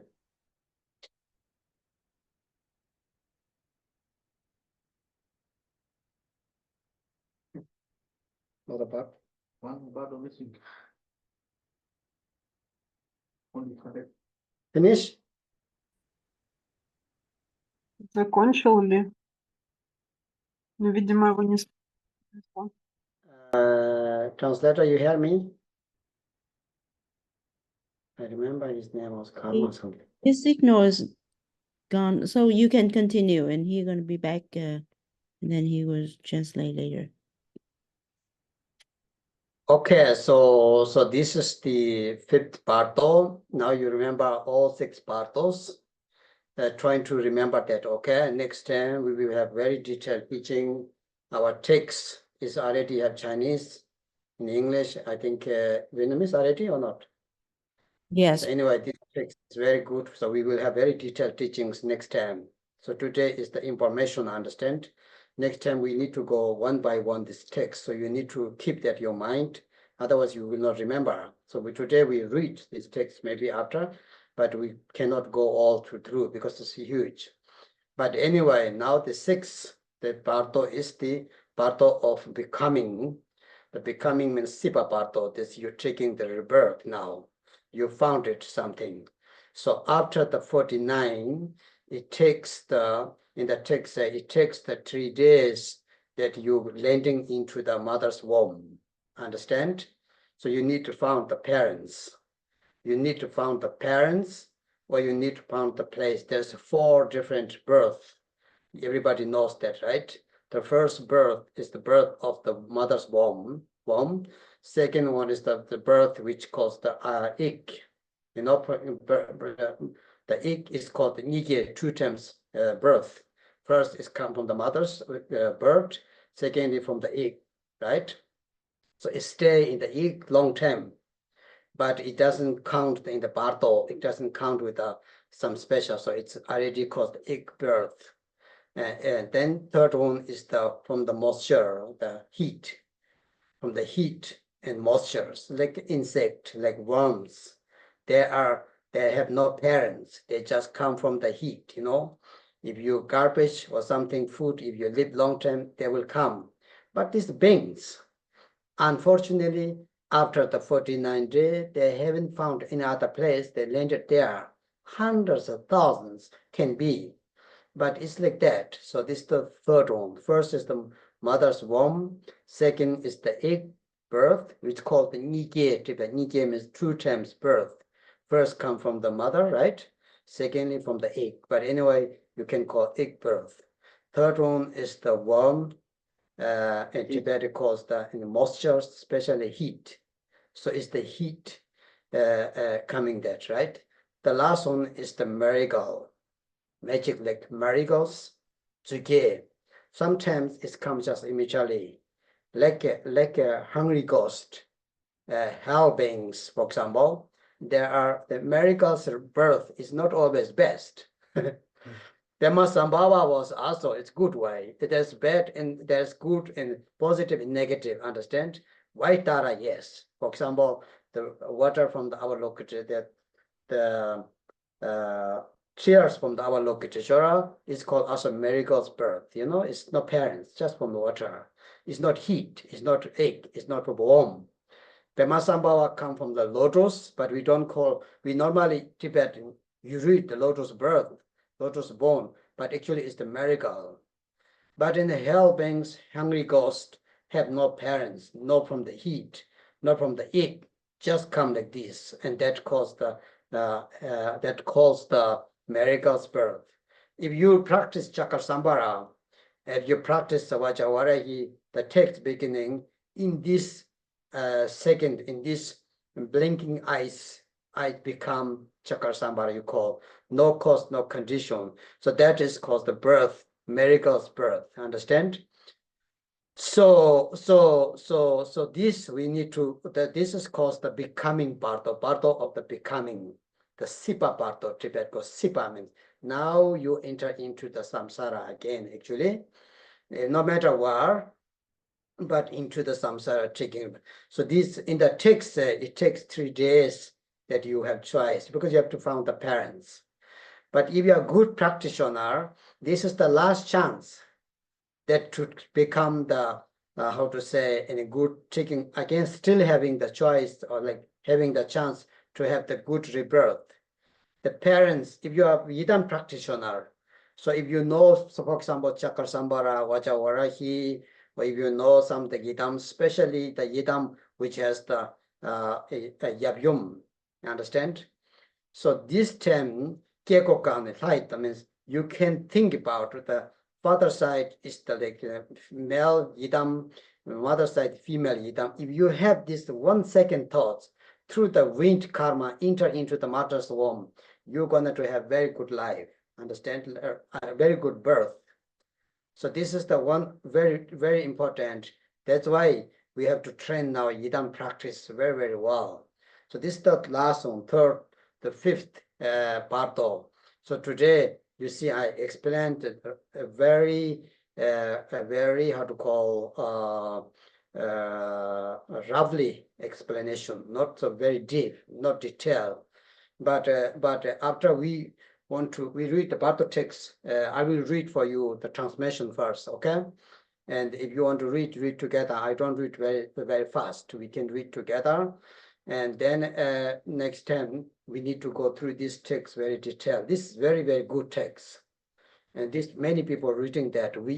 This you become your practice text. So this is very, very important. So we will do that together. Is he there?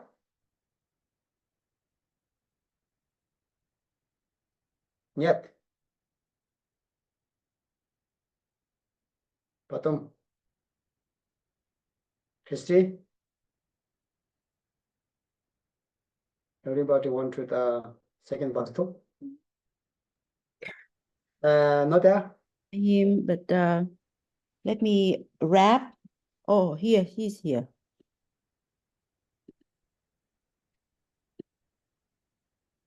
You heard what I said?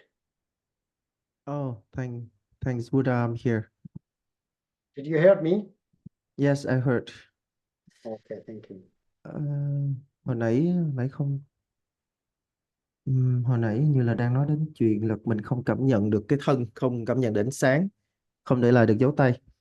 Thì ở trong Đạo luật pháp có nói là khi mà mình nói chuyện với người thân á, là họ không còn nghe nữa, nhưng mà mình á, thì mình thấy và mình nghe họ rất là rõ ràng.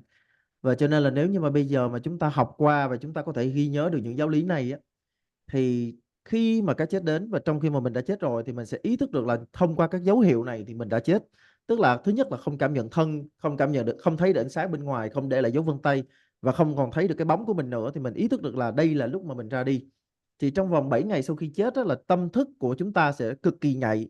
Có nghĩa là lúc bấy giờ cái gì chúng ta cũng thấy biết được và cái gì chúng ta cũng có thể ghi nhớ được hết. Thì đây chính là 4 cái dấu hiệu chính thôi. Thì từ lúc này cho đến khi mà chúng ta tái sinh nó trong vòng 49 ngày, thì cái thời gian này chúng ta hay gọi là chúng ta ở trong thân trung ấm. Và trong 7 tuần thì trong khoảng thời gian là 3 tuần rưỡi đầu tiên, chúng ta vẫn còn ký ức của đời này. Có nghĩa là trải qua khoảng 24 ngày rưỡi đầu tiên trong vòng 49 ngày chúng ta vẫn còn có ký ức. Cho nên là thường là chúng ta sẽ có xu hướng là chúng ta quay trở về những cái nơi mà chúng ta đã từng trải qua. Do đó mà những cái người thân của chúng ta trong thời gian này thì sẽ có một số người họ cảm nhận được là mình trở về, bởi vì mình vẫn còn có những cái ký ức đó. Cho nên là 24 ngày rưỡi đầu tiên mình có đầy đủ mọi ký ức của đời này, và sau đó là chúng ta sẽ rơi vào trong trạng thái vô thức. Thì trạng thái này giống như là chết, và sau đó từ cái chết chúng ta hồi sức lại, hồi tỉnh lại, thì chúng ta sẽ thấy được cái nơi tái sinh tiếp theo của mình. Chúng ta hay gọi là cái sanh thú của mình á. Thì nếu như mà mình không phải là người tu á, thì từ giai đoạn này trở đi là thôi, gió nghiệp thổi mình đi đâu thì mình đi đó. Còn nếu mà mình là một người có công phu tu tập nghiêm chỉnh thì mình có thể chọn được cha và mẹ của mình, chọn được cái nơi chốn của mình, vân vân. Chúng ta có thể gọi là thiết lập được cái lộ trình tái sinh của chúng ta đi về đâu. Chẳng hạn như là mình phải xác định là mình sinh ra là nơi phải có Phật pháp, mình sinh ra là gia đình là mình phải có điều kiện tu tập, vân vân. Thì lúc này sẽ còn có một yếu tố nữa tác động chúng ta, đó chính là gió nghiệp.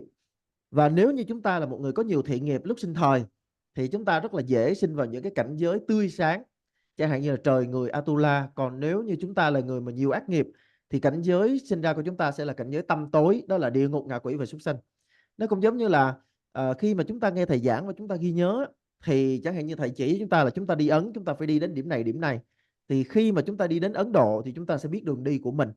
Còn ở đây á, trong cái lộ trình sinh tử của chúng ta là chúng ta sẽ đi lên hoặc là đi xuống. Thì đối với lại người chết á, chúng ta hay nghe sẽ có một lama, tức là một vị thầy cử hành trang chốt, nghĩa là cầu siêu, là đưa chúng ta về tịnh độ. Lúc đó thì chúng ta không còn kết nối với vị thầy thông qua WhatsApp hay là Facebook nữa, mà là hoàn toàn là tâm linh. Và lúc đó thì chúng ta đã nghe rất là nhiều những câu chuyện về các bậc đại sư Ấn Độ, những ngày tu tập á, hoặc là ngay cả câu chuyện cuộc đời của Đức Milarepa cũng vậy. Thì lúc bấy giờ thì vào cái thời điểm đó là một cái do là mùa đông đó, cho nên tuyết phủ rất là dày, và mọi người dân ở dưới làng họ nghĩ rằng là với cái độ lạnh như thế này á, thì chắc chắn là Đức Milarepa ngài sẽ chết. không thể nào Ngài có thể trụ được ở trên núi. Cho nên là ở dưới á, thì họ đã làm lễ cầu siêu cho Ngài, là họ làm lễ cầu siêu cúng dường linh đình. Thì đến mùa xuân họ lên núi giống như là họ thu thập, tức là mục tiêu là để thu thập những cái phần hài cốt của Ngài. Nhưng mà khi mà lên đó, Ngài họ thấy là Đức Milarepa Ngài vẫn ngồi nghiêm chỉnh, an nhiên, tự tại và hoan hỷ. Và lúc đó Ngài giơ cái lòng bàn tay của Ngài ra, ở trong đó có những cái dấu hiệu, và Ngài hỏi họ là họ đã làm gì trong suốt mùa đông. Thì họ thú thật là trong thời gian đó thì họ cầu nguyện, họ cầu siêu cho Ngài. Và bởi vì họ nghĩ là Ngài đã chết, thì họ cho họ thấy là Ngài cho họ thấy ở trong cái bàn tay của mình đó, rất là rõ những cái dấu hiệu để cho thấy rằng thực sự cái nghi lễ đó có tác động đến Ngài. Như vậy là chúng ta thấy rằng là những cái lễ cầu siêu á, chúng ta nói về mặt tâm linh, thực sự là nó sẽ giúp ích được cho người đã khuất. Còn sau đó thì lúc đó thì con vào sau, do con bị ao mạng cho nên con có nghe thầy nói là có 4 cách để mà chúng ta sinh ra.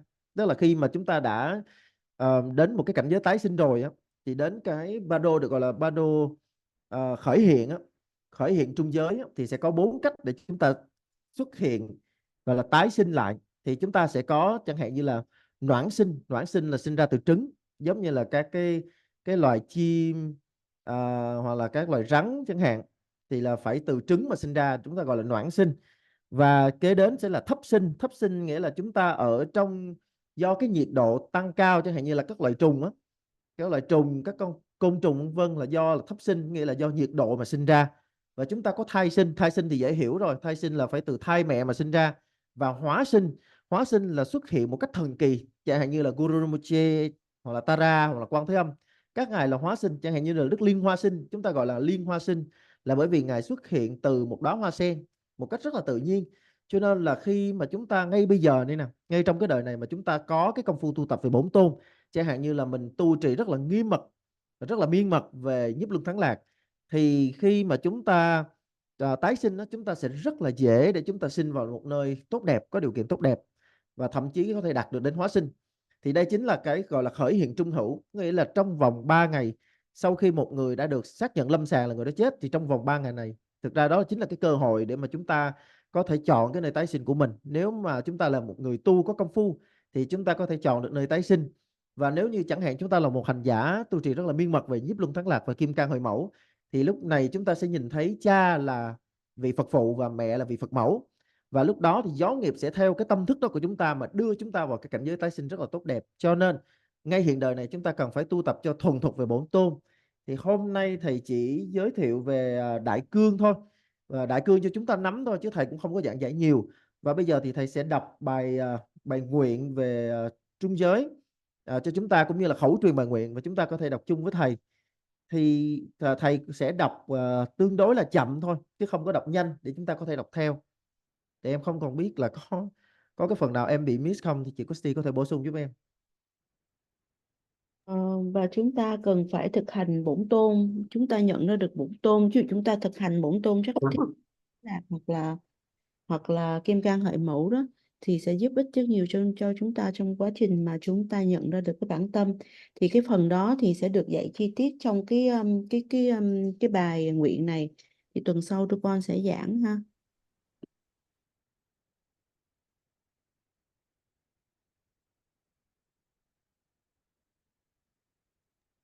Are you finished? Yes. Okay, so now today, the last one, what I want to give you is advice, special teaching names we do, and advice from the Milarepa, Bardos 6 Bardos from Milarepa is little different. You just can notice that, and next time, according to this text, coming the teaching exactly same with the Milarepa. That's why, so Milarepa named different way the Bardos. So now you remember the first 6 Bardos, please notice that, right? First one is called the birth until the death, right? Second, we have the dream Bardo. Third one, we have the concentration Samadhi Bardo, remember? And then we have the Bardo of the near to the death. And then the 49 days, which means the traveling in Cuba. And then the becoming Bardo of the 6 Bardos, remember? Everyone know that, notice, because you learn Bardo good, I tell you from my heart. That's very important teaching.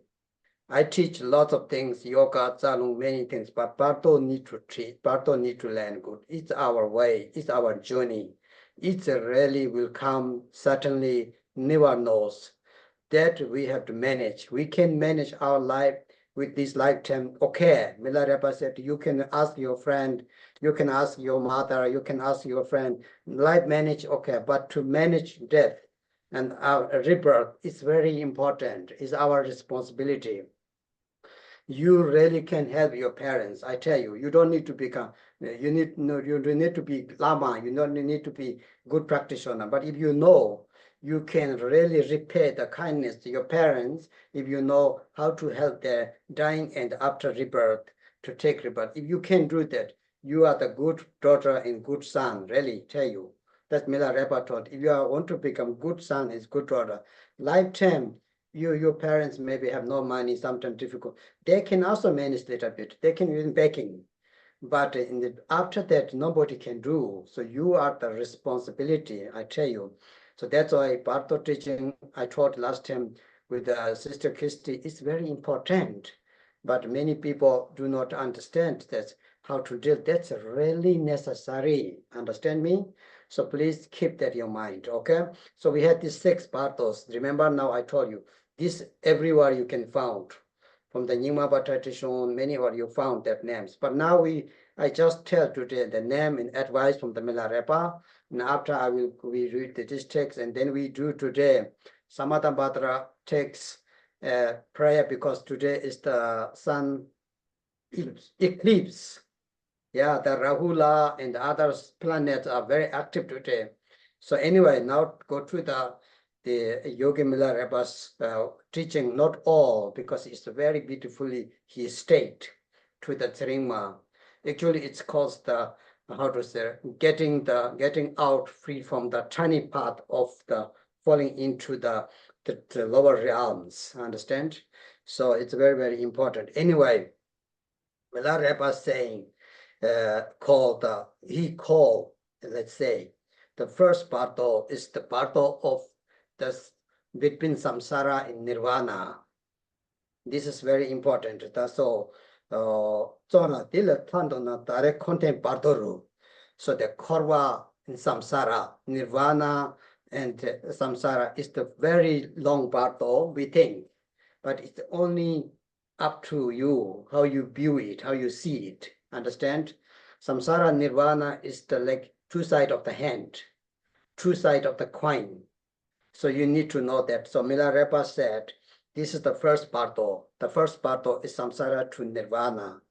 And he advised that in this moment, you need to understand, you're trying to get Lama, trying to find the right good Lama, introduce to your nature mind.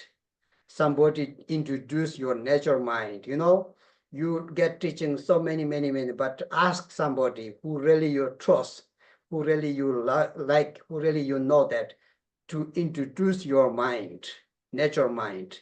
That is Mahamudra. So Milarepa said here, Nilumoto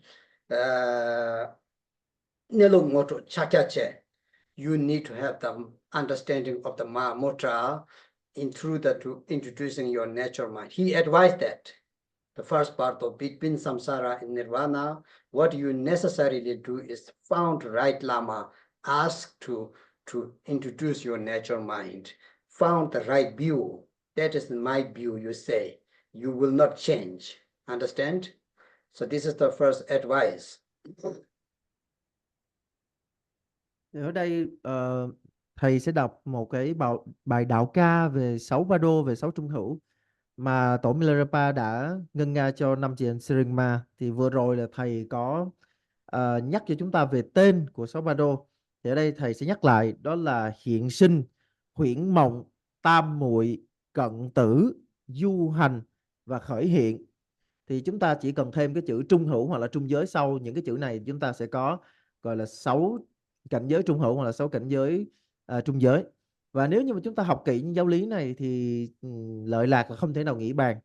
Thầy có thể dạy cho chúng ta các giáo lý về bổn tôn, các giáo lý về sa lung, các giáo lý khác vân vân, nhưng mà giáo lý về trung hữu này, về trung giới này là cực kỳ quan trọng. Và Đức Milarepa, tổ Milarepa, ngài đã từng khẳng định rằng là tất cả những cái kiến thức, tất cả những cái hiểu biết trong đời chúng ta có thể hỏi cha, hỏi mẹ, hỏi bạn của mình, nhưng những cái giáo lý trung hữu này là tối trọng yếu, bởi vì một khi mà mình hiểu rồi thì mình có thể báo đền ơn sinh thành và dưỡng dục của cha mẹ.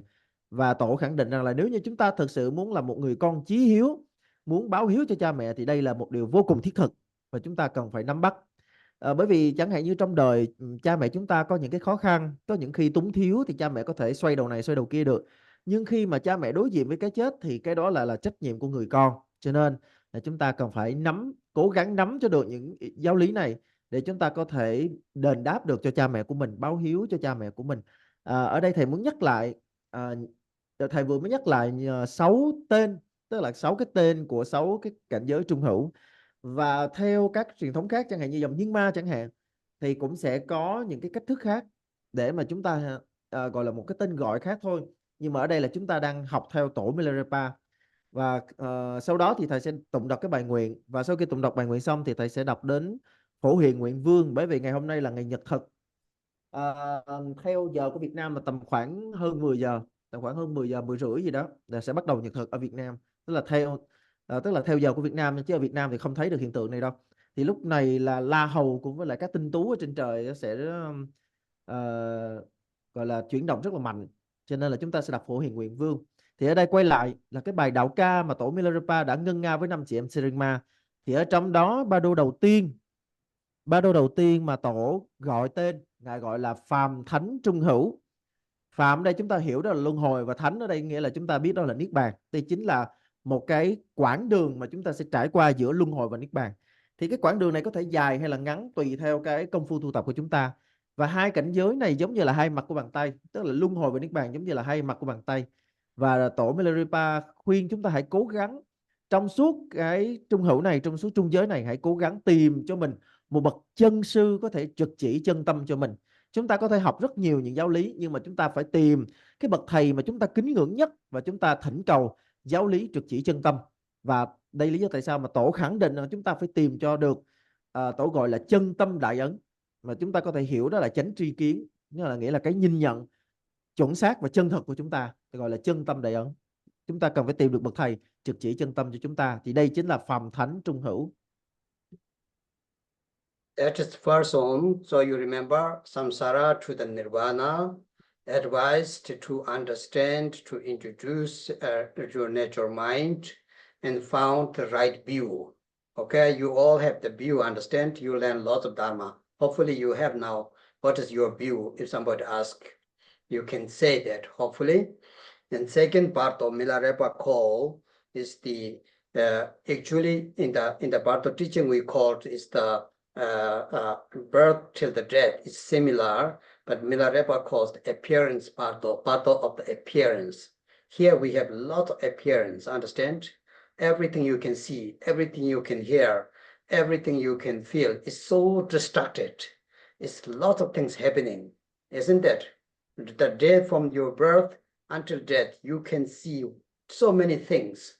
You can hear so many things. It's called the Bardo of the appearance.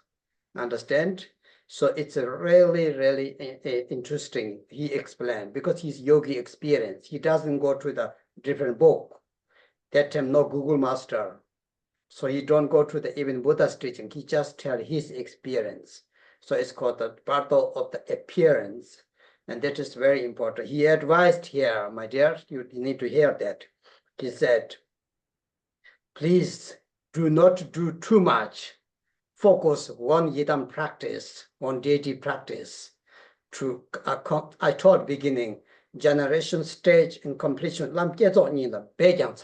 Milarepa said, my heart advice to you, don't do too much. You lose your time. You're wasting your time because you're playing around Dharma then. Said, focus on the practice on one deity. You will accomplish 100 deities within one deity. He said, now really, really come down to the practice. And to one yidam, you have the two main practice, the generation stage, a completion stage. When doing that, you will get the yidams proud. So you will get the yidams, how to call, like relaxation. So that's called the appearance of the Bardo. Don't waste your time, he said, doing Dharma even. Don't miss your time doing Dharma even. Now, my dear, he said, come back to the the 5 sister Dakin, he told, come back to the own the practice. Stay there, do it. It's Milarepa's advice. My dear, how nice is that? I like that very much. Cho nên là đối với là chúng ta ở trong trong khi mà chúng ta trải nghiệm về phàm thánh trung hữu này, tức là cái quãng đường, cái cảnh giới từ ở giữa luân hồi và niết bàn này, chúng ta cần phải tìm cho được một bậc chân sư để chúng ta tìm cầu cho được chánh tri kiến. Và hy vọng rằng là thầy hy vọng là chúng ta đã tìm được bậc chân sư đó và chúng ta đã hiểu được chánh tri kiến là gì hay là chánh kiến là gì. Và cảnh giới trung giới thứ hai, tổ Milarepa gọi bình thường là chúng ta gọi là cái cảnh giới từ lúc sinh ra cho đến lúc chết đi, gọi là cái trung hữu, trung giới này thì tổ gọi là sắc tướng trung hữu. Sắc tướng trung hữu có nghĩa là cảnh giới từ lúc chúng ta sinh ra cho đến khi chúng ta chết đi. Thì đây là một cái quãng đường mà đối với tất cả chúng ta là một cái quãng đường rất là nhiều sắc màu. Và nếu mà có một người mà không có công phu tu tập thì chúng ta còn thấy đây là một cái quãng đường vô cùng hỗn loạn nữa. Cho nên đây là chúng ta phải hiểu là cái mà chúng ta đang đọc được ở đây chúng ta tìm hiểu ở đây là yếu chỉ của một bậc hành giả vĩ đại, là thứ mà chúng ta không thể nào mà chúng ta tìm được trên Google, là thứ mà không phải là chúng ta đi đâu chúng ta cũng có thể tìm được. Thì tổ dạy ở đây, tổ khẳng định là trong sắc tướng trung hữu này chúng ta chớ có lăng xăng mà hãy chỉ chuyên tâm nơi một hộ Phật, chuyên tâm nơi một bổn tôn. Tức là tổ khẳng định rằng là chúng ta đừng có lăng xăng, chúng ta chỉ chuyên tâm một bổn tôn mà thôi. Có nghĩa là nhất hướng duy Phật, hạ thủ công phu. Chúng ta đừng có phí phạm thời gian chạy tới chạy lui, chỗ này một chút, chỗ kia một chút, rồi rốt cuộc không đi đến đâu cả. Chúng ta nhất định phải hạ thủ công phu.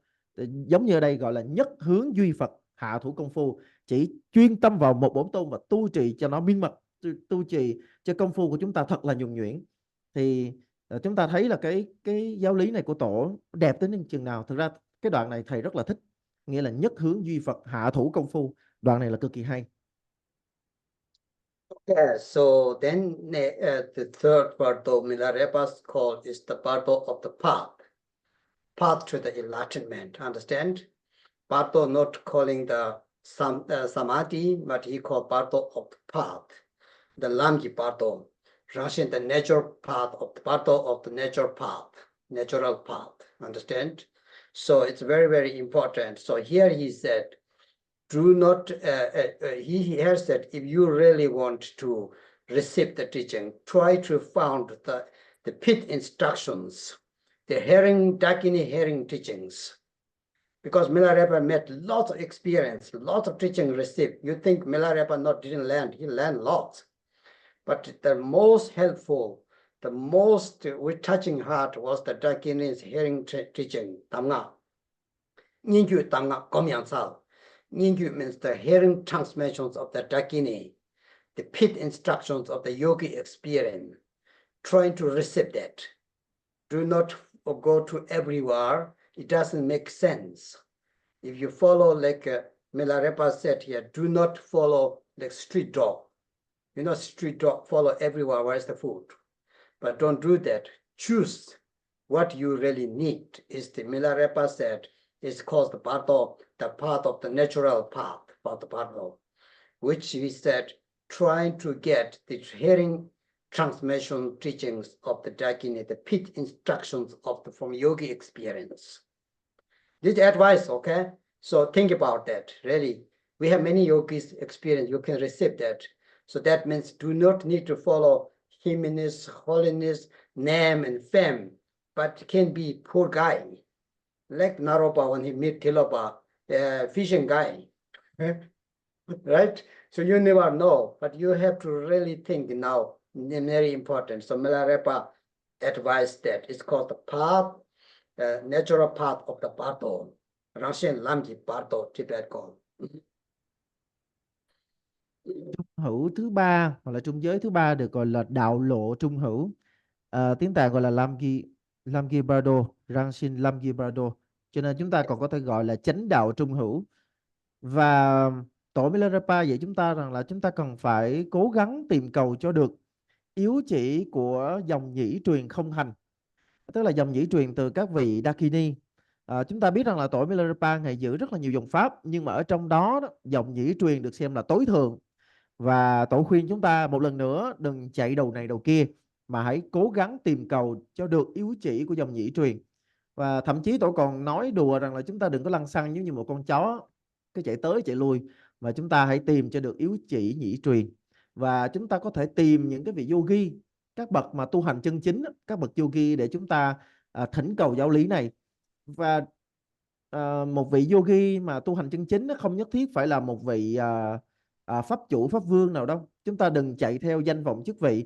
Hãy nhớ cái ngày mà tổ Naropa gặp tổ Tilopa, thì thực sự là đứng trước mặt tổ Naropa là một ông ăn mày, thì ông ăn mày đó chính là Tilopa. Cho nên chúng ta đừng bao giờ chạy theo bên ngoài, mà chúng ta phải tìm cầu về bên trong. Khi chúng ta tìm cầu về bên trong, chúng ta sẽ có được yếu chỉ nhĩ truyền này. So that was the third, right? So the fourth is the same dream Bardo. The dream Bardo, Milarepa also called the dream Bardo. Milam Iji Bardo, dream and sleep. Because through the deep sleep, you will understand of the clear light yoga, he said. Deep sleep, sound sleep, no snoring, no moving, just sometimes very deep sleep. Milam Iji Bardo, the Bardo of the dream and deep sleep, Milarepa said, understand? Because the deep sleep, the very sound sleep, you may have possibility to realize that the clear light yoga, understand? Wasal. And the dream is the understanding of the illusory yoga, as I told before. So he advised, even you not finish your preparation on or something, try to practice illusory body yoga and also the clear light yoga through the dream yoga. The main purpose of the dream yoga, Milarepa said, to changing your habitual patterns. Everybody have the habitual patterns, habitual tendencies, but they think this is my character. Milarepa said, you think this is your nature. Milarepa saying here, my dear, it's not your nature. Your nature is fantastic. Your nature is wonderful. You follow your habitual patterns, karmic imprint. So Milarepa said the dream Bardo will change only the way to change the habitual patterns, only the way to change the habitual tendencies and the imprint, negative imprint karma, how to get our bakcha, Tibet called bakcha, right? So that you will have only through the dream yoga practice when you focus on the clear light yoga and illusory body yoga. You see the narrow yoga will land through that. So he said, this is very, very important to dream yoga, only not dream yoga. Here Milarepa called the dream and sleep yoga. Understand? Bardo is, I mean. So Milam Ije Bardo.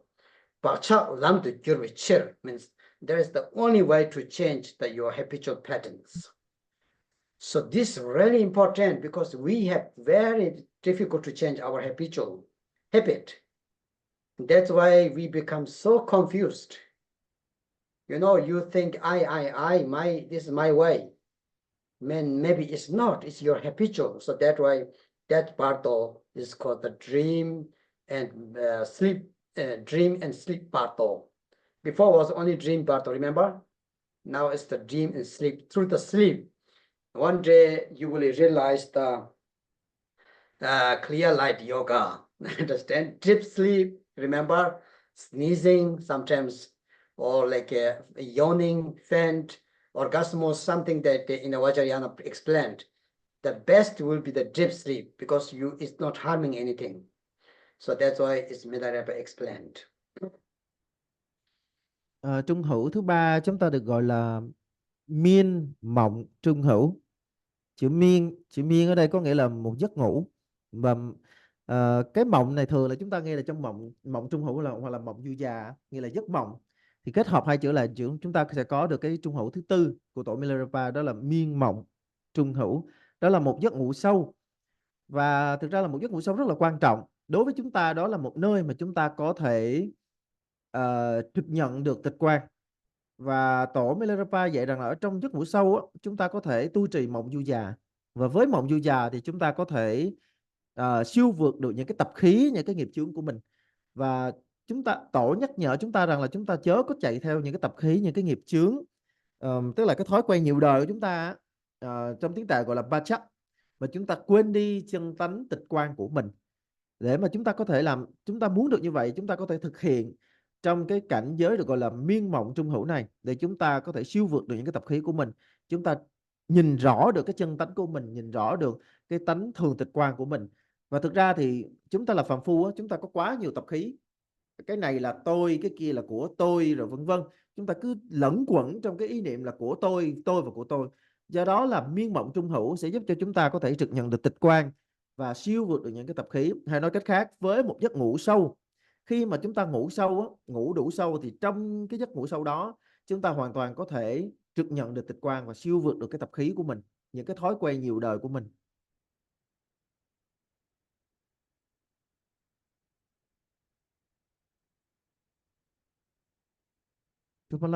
Your mic is muted. Okay. So the next one, remember in the Bardo before we call is near to the death, right? So Milarepa here called the Bardo of the Enlightenment. Very nice name. The Bardo of the Enlightenment, he said that. Here you have to train three kayas. What Dharmakaya, Sabhogakaya, Nirmanakaya, not like four, three kayas. Your body as Nirmanakaya, your speech as Sabhogakaya, your mind as Dharmakaya. You really have to engage in it. You really think every day once. Okay, try. Really want to become transformed. So he said, if you do that, so you can travel to the pure land that day. You will be very happy to going, dying. Really, people, some people really become so happy because you already see where I can go. So this is very, very important. So the pure land here mentioned the text in this text, pure land mentioned three kayas, pure land. Understand? Dharmakaya, Sabhogakaya, and Nirmanakaya.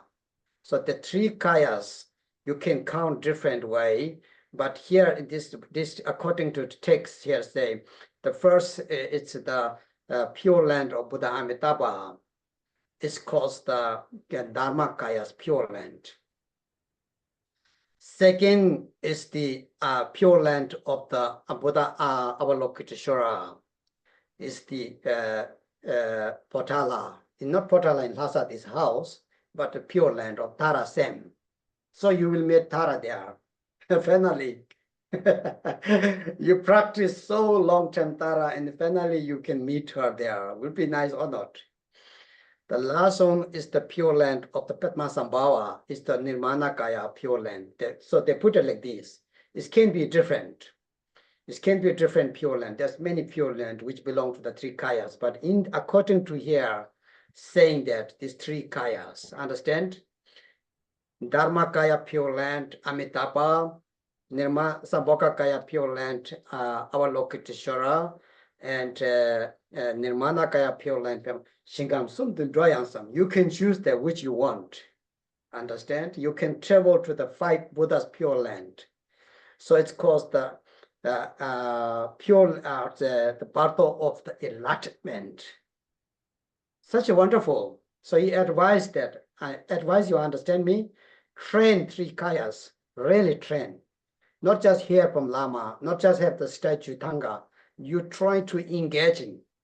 You try to implement it. Try that, so you become like that. So this is the fifth Bardo. Trung giới thứ 5 chúng ta được gọi là chân giác trung hữu, gọi là chân giác trung giới.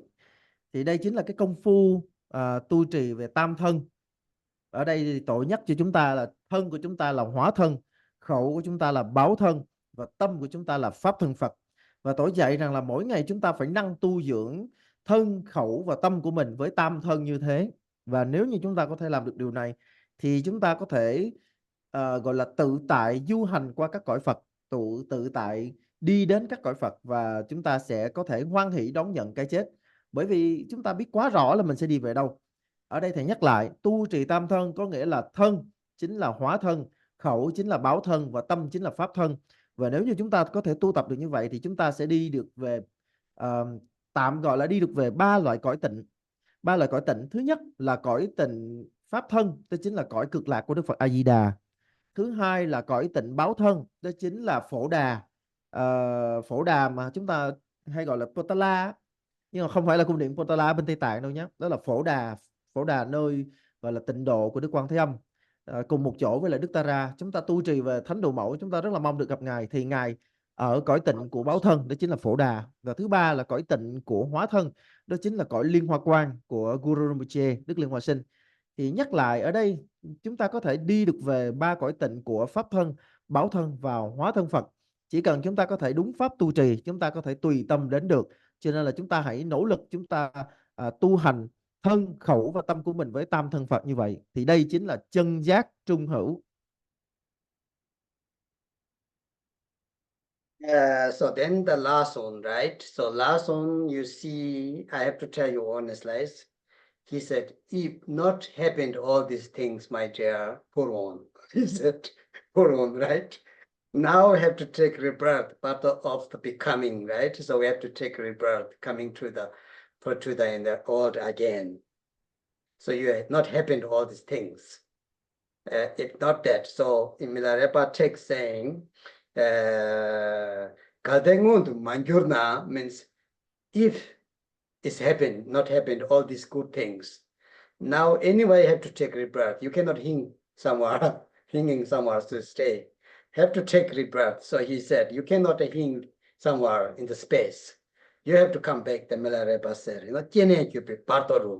Now you have to take rebirth. And found the place, found the parents, found all these things, all these samsara things again need to repeat.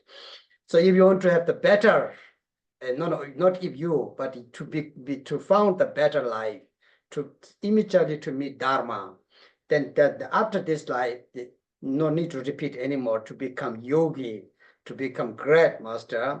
Now he advised is the prayer. Every evening, prayer. Before going to the bed, prayer that I want to become the next life better than that. I want to meet Dharma or practice Dharma immediately after my rebirth.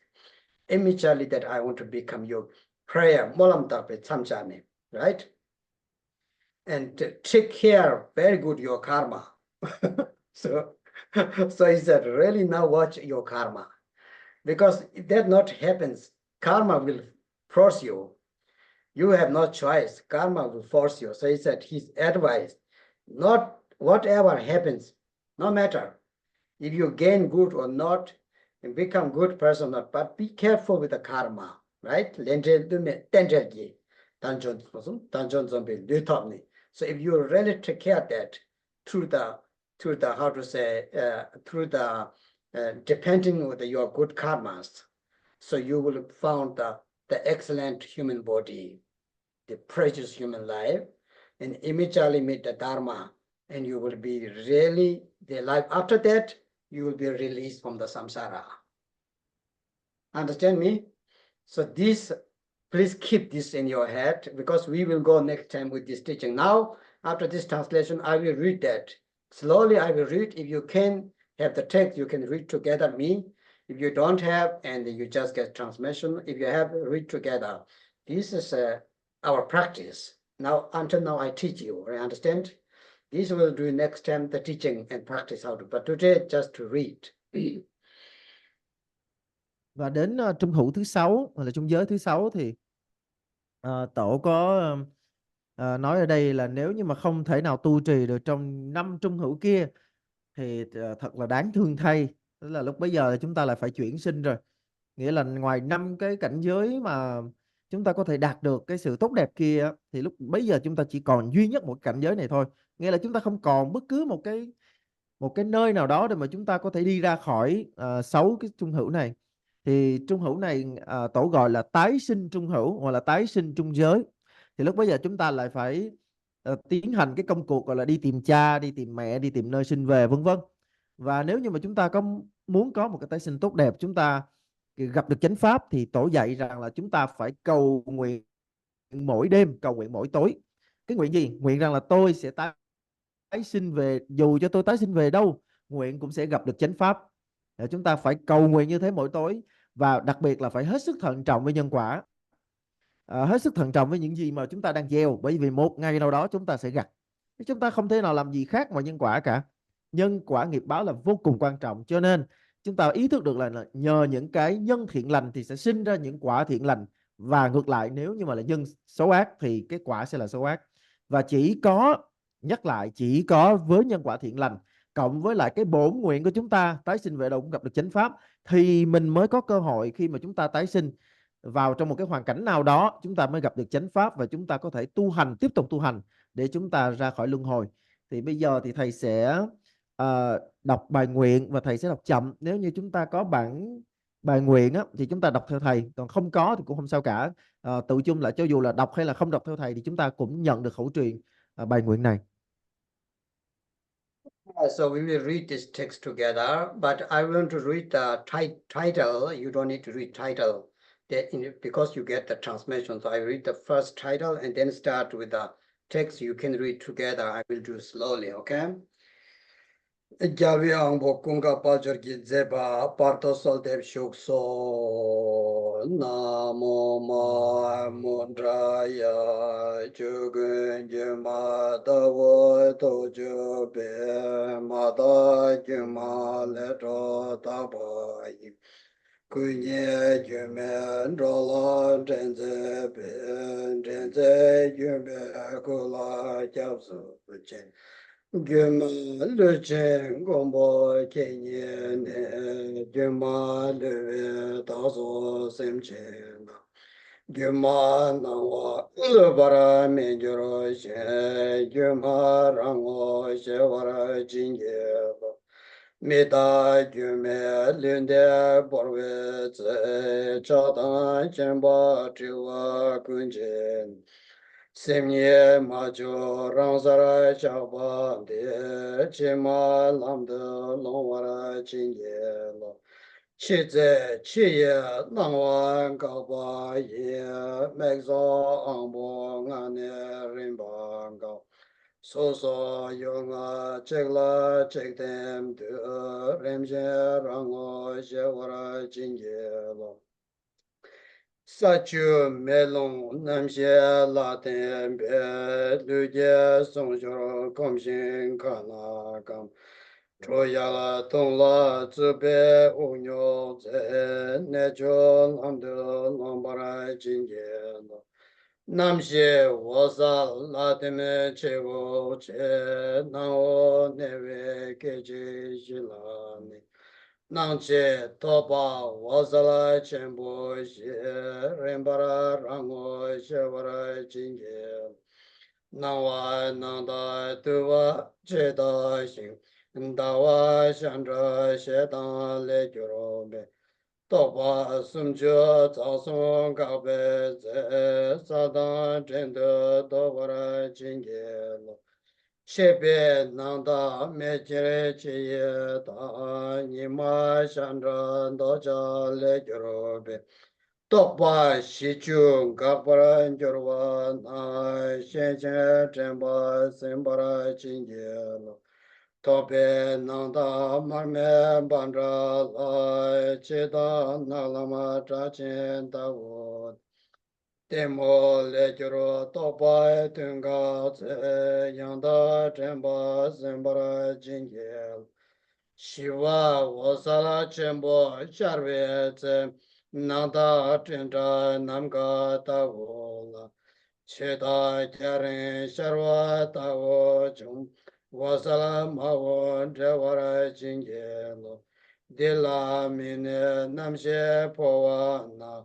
Dewa lenzang menzang zongma na Megdang chulam shanglama kadang ku Kane Koje Chewara Chingelo, Doso Zume Noche Mewamje, Medan Tundro Nyawa Yedazo. Kiwe Keko Kane Kacho Tu, Pawo Kandro Suvara Chingelo, Kade Namje Bardo Kyamba Lai Ranshin Shewa Mashe Nyendro.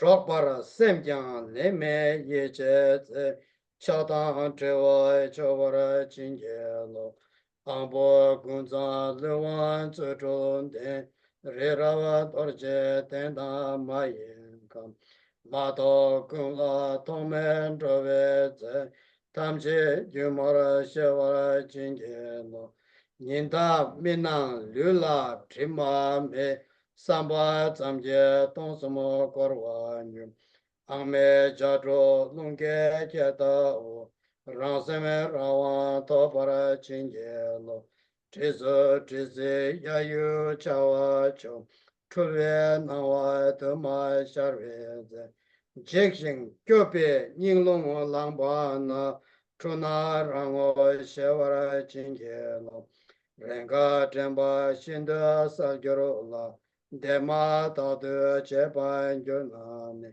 Shisum Tetsum Jewa Gyurveze Nyevara Shewa Jevara Chingelo Chetan Shiye Chima Penche Nam Rani Shiva Yimbara Ngoshene Yimu Kachi Kyamne Tsoveze Rangre Kyapsu Shevara Chingelo Bardo Yimbara Sheveze Ranglu La Gombo Gomda Wasagom Lariang Songcho Nido Gomba Yim Dabe Gyulu Charwa Chingelo Nilje Jazo Choda Nata Se Tude Longche Langba Tagondra Zhugdong Duje Dirwa Lanje Ze Choni Rangra Shevara Chingelo Kanto ngante wasere chushin bar, wodan tikle tingre tawole, jikwa chozo gyopsu chacho ze, rana laru shewara chingelo, docha shetan temo le gyorobe, kartan martan nabo chungwa la, ranye lunya badun jikbe ze, rana tatu shewara chingelo, Kante Jewe Luje Songzho Chen Karmara Seta Ngowa Nabo Lame Tundro Yeda Nyawa Yin Lamngar Amshin Shevara Chingelo Shame Kantang Layon Dojo Dang Ngangpa Kyucho Laye Kembe Zo Kansang Pamen Tundro Tongjoro Na Docha Mixere Tabara Chingelo Longmara Chatrin Tsarang Devane, Ube Drobo Dondo Masonze, Capturing Jupe, Nawan, Jungiro Nam, Yene Yembara Shevara Jingelo,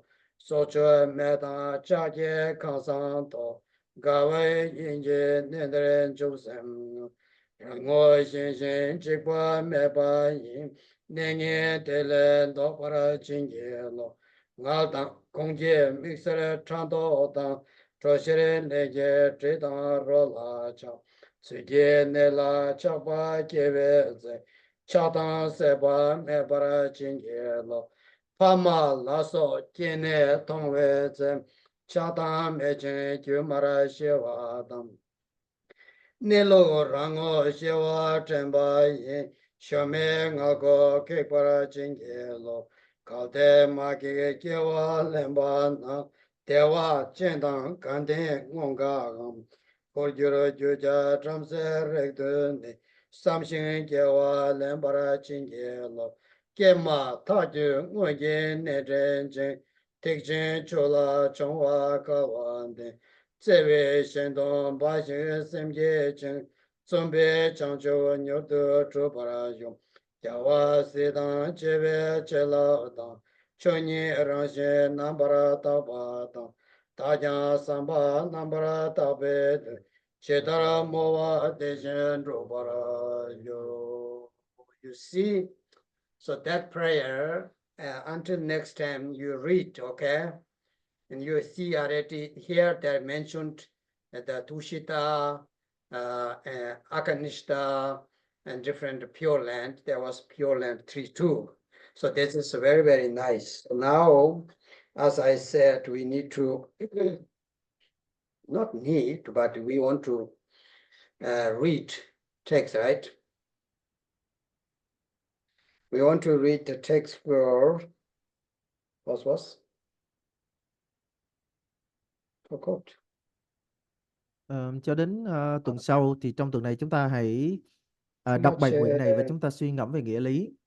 Ở trong đó có đề cập đến các cõi tình, cõi sắc cứu cánh, cõi đầu xuất vân vân, để chúng ta hiểu được các nghĩa lý của bài nguyện. Maybe I'm already in Bardo, so I don't remember everything. Okay, you have some other Bardo prayer. Today is the sun eclipse, and it's a Tibetan is called, it's a very beneficial. So many beings suffer, especially small insect and those who have very little energy, they really suffer. So if you pray that, it's a world peace. It's like world peace prayer, but this is very, very important. Samatha Bhadra Kundisambo prayer list. So we read that together. Hôm nay là ngày nhật thực. Thì thực ra vào những cái ngày nhật thực như thế này á, thì theo giáo lý của Phật giáo Tạng truyền á, thì những cái chúng sinh sẽ có rất là nhiều chúng sinh khổ đau, nhất là cái loài côn trùng hoặc là những loài mà có loài hữu tình mà có sinh lực yếu á, là yếu vía, nhẹ vía chẳng hạn, vân vân. Thì chúng ta do đó là chúng ta là người tu thì chúng ta rất là nên đọc Phổ Hiền Nguyện Vương để chúng ta hồi hướng cho họ. Bởi vì năng lực của Phổ Hiền Nguyện Vương sẽ giúp an định lại, sẽ cứu độ cho họ. Cho nên là chúng ta sẽ đọc Phổ Hiền Nguyện Vương.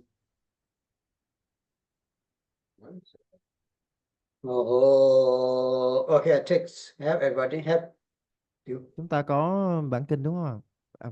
Okay. Ôi nó dễ con đen đam chế gửi chế chế làm nhiên chế vô nhị rạch đàm mà rê cho chú đê cung tư sang bố mô làm chế tham chế cho yên bó tràn tư ngô bó ra cho đê sang chế cho cung chế chế nên đô mà chế rong chung lo yang cho đê mê con đê nhị ca mình mê đô đê nhị rinh nê sang chế đê Mare semche korwa jam kamsun semche tamche jome shendo rekpa jo kundu sangpa ngaye jam yukye meba shiye do dinye shela rangchong re Chinna chukuru kyoma da jeme momba trebe go yeche rana magyombe rangre sola newalo Sisum jekyang andra me doyong ala chaba me tome shewa rangchong lan tome soda donga me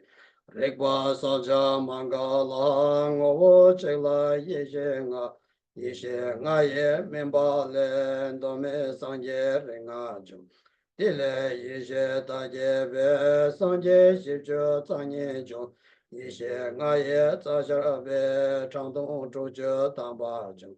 Te jir shirik chuma nyo tongme sangye nga yinbe. Nga ye molang taba ye kamsong korwe semchen ki. Rangcho rekwa ngo she yishe chenpo taje sho.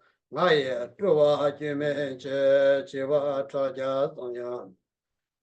Gangla gangdola nazo ye nga ye toche molang ye kamsum korwe semchen ko rekto nene torwa cho tangpo semchen chobe na shila rekwa mayambe che yang treme tome wa teka mare chobe tela shikye jawa le ngandra rekwa sangsen yo Tele dashe tanzinge basha remshe tabale.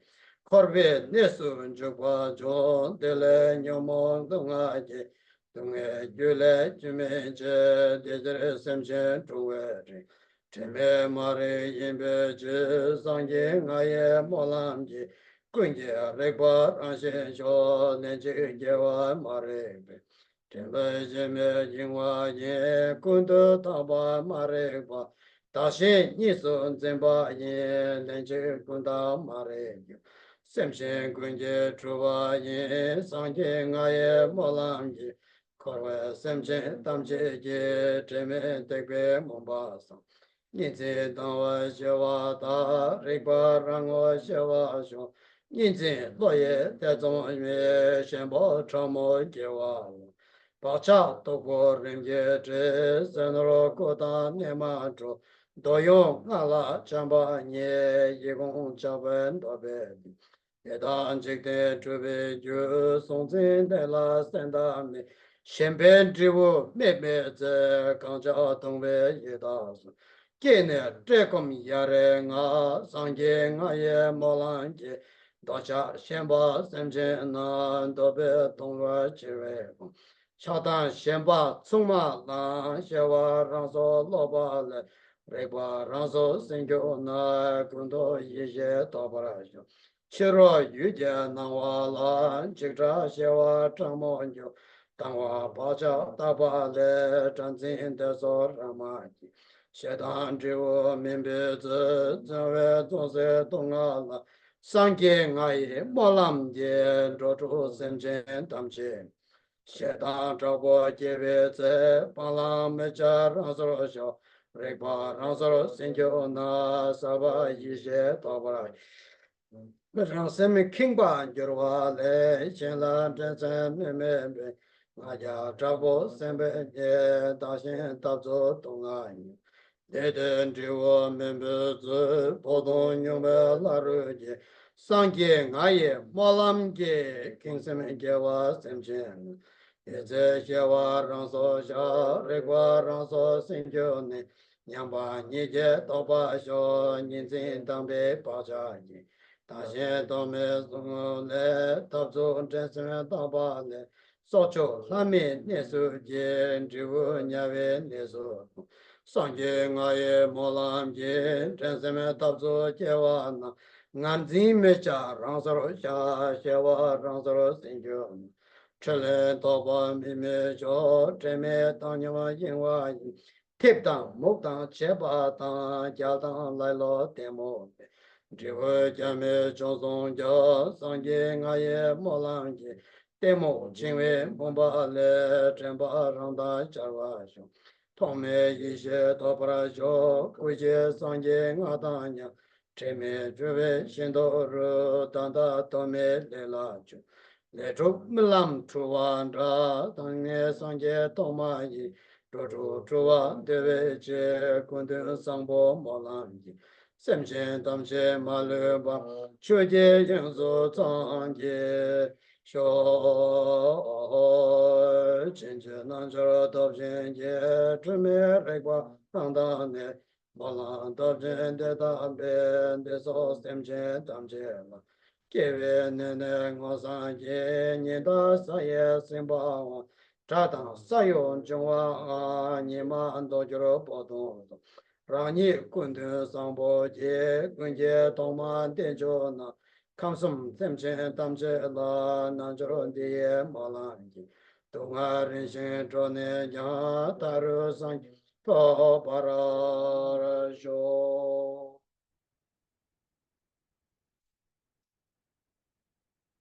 So good. This is the Samadambhatra prayer. I hope you can read. You could read with me. I hope it's not too fast. Hy vọng là And thầy đọc không quá nhanh. Để chúng ta có thể đọc theo thầy. So now we chant by our own language. okay, please. I listen to you. Yes, I will chant Vietnamese here, and if you go to your room, your own room, to listen to your own language, Russians and Chinese. If people read English, you can read on the main screen. Lời nguyện toàn thiện của Phổ Hiền Như Lai. Hô, vạn pháp, hiện tướng và hiện hữu, luân hồi và niết bàn, tuy cùng một bản tâm nhưng có hai con đường và hai kết quả. Và tất cả được hiển bày một cách nhiệm màu qua sự tỉnh giác hoặc không tỉnh giác.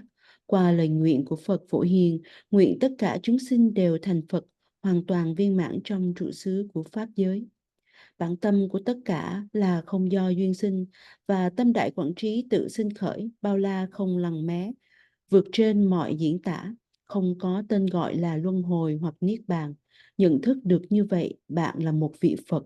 Không nhận thức được như vậy, bạn là chúng sinh lang thang trong luân hồi. Ta nguyện tất cả chúng sinh trong tam giới nhận rõ thật nghĩa của bản tâm không thể nghĩ bàn. Ta, Phật Phổ Hiền, đã hiểu rõ chân nghĩa của bản tâm.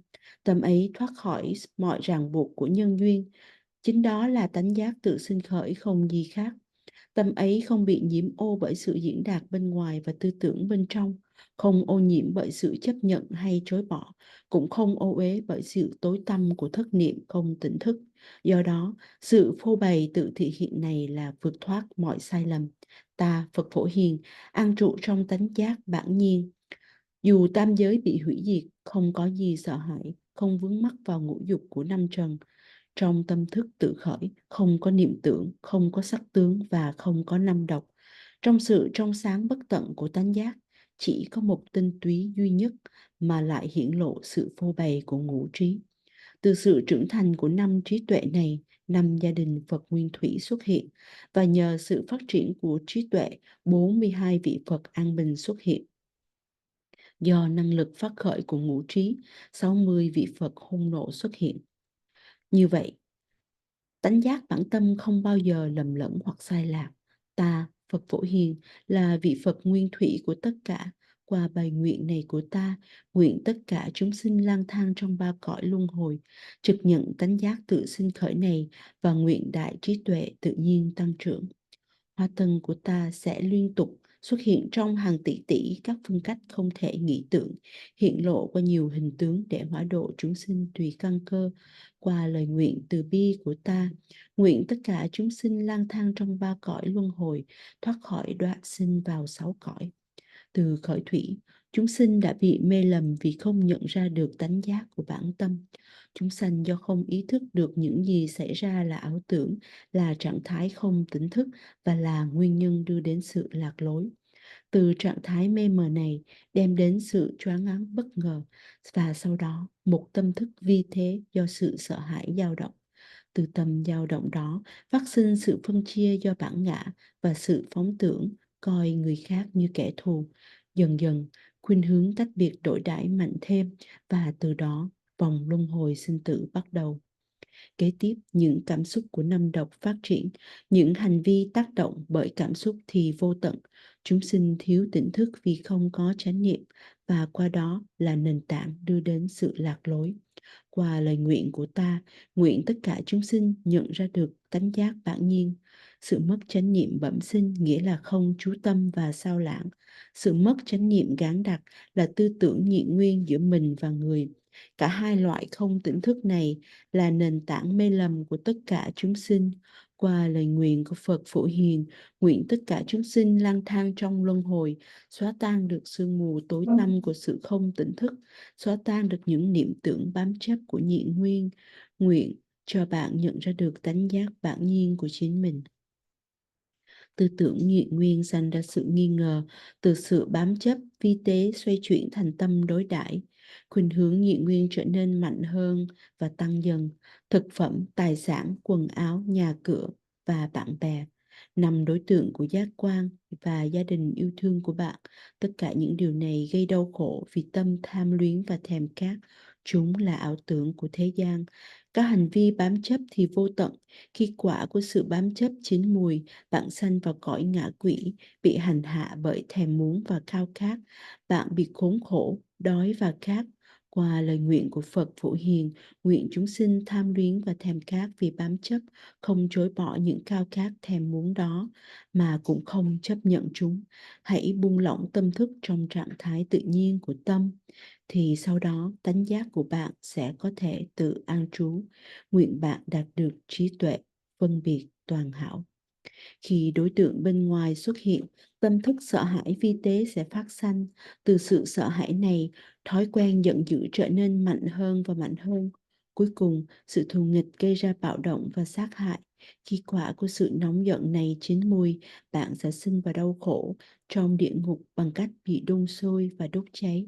Khi quả của là qua lời nguyện của Phật Phổ Hiền, hỡi chúng sinh trong 6 cõi, khi giận dữ mạnh mẽ phát sinh nơi bạn, không buông bỏ cũng không chấp nhận sự giận dữ đó, thay vào đó thả lỏng trong trạng thái tự nhiên và đạt được trí tuệ thấu suốt. Khi tâm thức bạn tràn ngập lòng kiêu ngạo, niệm ganh đua và coi thường kẻ khác khởi lên, sự kiêu ngạo gia tăng mạnh hơn và mạnh hơn, bạn sẽ trải nghiệm có sự đau khổ do tranh cãi và bị ngược đãi. Khi quả của nghiệp này chín mùi, bạn sẽ sanh vào cõi thiên và kinh nghiệm sự đau khổ của biến hoại và rơi xuống cõi thấp hơn. Qua lời nguyện của Phật Phổ Hiền, nguyện chúng sinh nào khởi nên tâm kiêu ngạo sẽ để tâm thức buông lỏng trong trạng thái tự nhiên. Sau đó, tánh giác của bạn sẽ tự an trú. Nguyện bạn đạt được trí tuệ bình đẳng. Vì thói quen đổi đãi tăng thêm và vì đề bề cao mình và chê bai người khác, niệm phân tranh sẽ dẫn bạn đến sự ghen tuông và chiến đấu. Và bạn sẽ sinh vào cõi bán thần Atula, nơi có nhiều sát hại và thương tổn. Và từ hậu quả của sự sát hại đó, bạn sẽ sinh vào cõi địa ngục. Qua lời nguyện của Phật Phổ Hiền, khi niệm ganh đua tranh chấp khởi lên, không bám vào chúng như kẻ thù, chỉ buông lỏng nhẹ nhàng. Sau đó, tâm thức có thể tự an trú trong trạng thái tự nhiên. Nguyện bạn đạt được trí huệ hành động vô chướng ngại. Do sao lãng và thờ ơ và không chú tâm, bạn sẽ trở nên trì độn, mù mờ và quên lãng. Vô ý thức và lười biếng, bạn sẽ làm tăng sự vô minh. Quả của vô minh này là sẽ lang thang không lối thoát trong cõi súc sinh. Qua lời nguyện của Phật Phổ Hiền, nguyện chúng sinh đã rơi vào hố sâu đen tối của vô minh, được chánh niệm quang minh chiếu sáng, và từ đó đạt được trí tuệ vô niệm. Tất cả các bạn, chúng sinh trong 3 cõi, thực sự giống như chư Phật, bản tâm của tất cả. Nhưng vì hiểu biết sai lầm về bản tâm làm bạn đi lạc lối, nên hành động không có mục đích. 6 hành vi tác nghiệp là một ảo tưởng như một giấc mơ. Ta là Phật Nguyên Thủy, hiện diện qua các hóa thân để rèn luyện 6 loại chúng sinh. Qua lời nguyện của Phật Phổ Hiền, nguyện tất cả chúng sinh không sót một ai đạt được giác ngộ trong trạng thái của Pháp giới. A Hồ, từ bây giờ, khi một đại hành giả với tánh giác quang minh và không dối gạt, tụng bài nguyện đại lực này, thì tất cả những ai nghe được sẽ đạt giác ngộ trong 3 đời.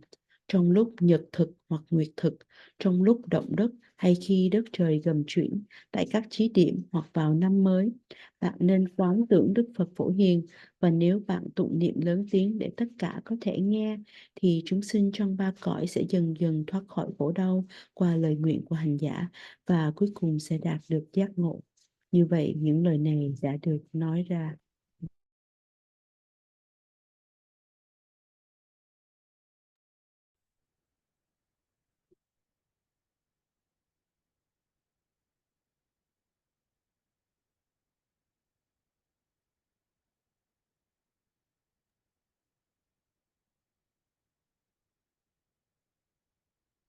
Finish now? Yeah. Finish, right? Yes, Misty, finish? yes. Now we chant prayer for world peace Yes, please, but where? on the screen. Oh, Chinese not finished. Okay, okay, thank you. So now we do the word prayer. It's very, very important. Most of Tibet people read that because this is a very special.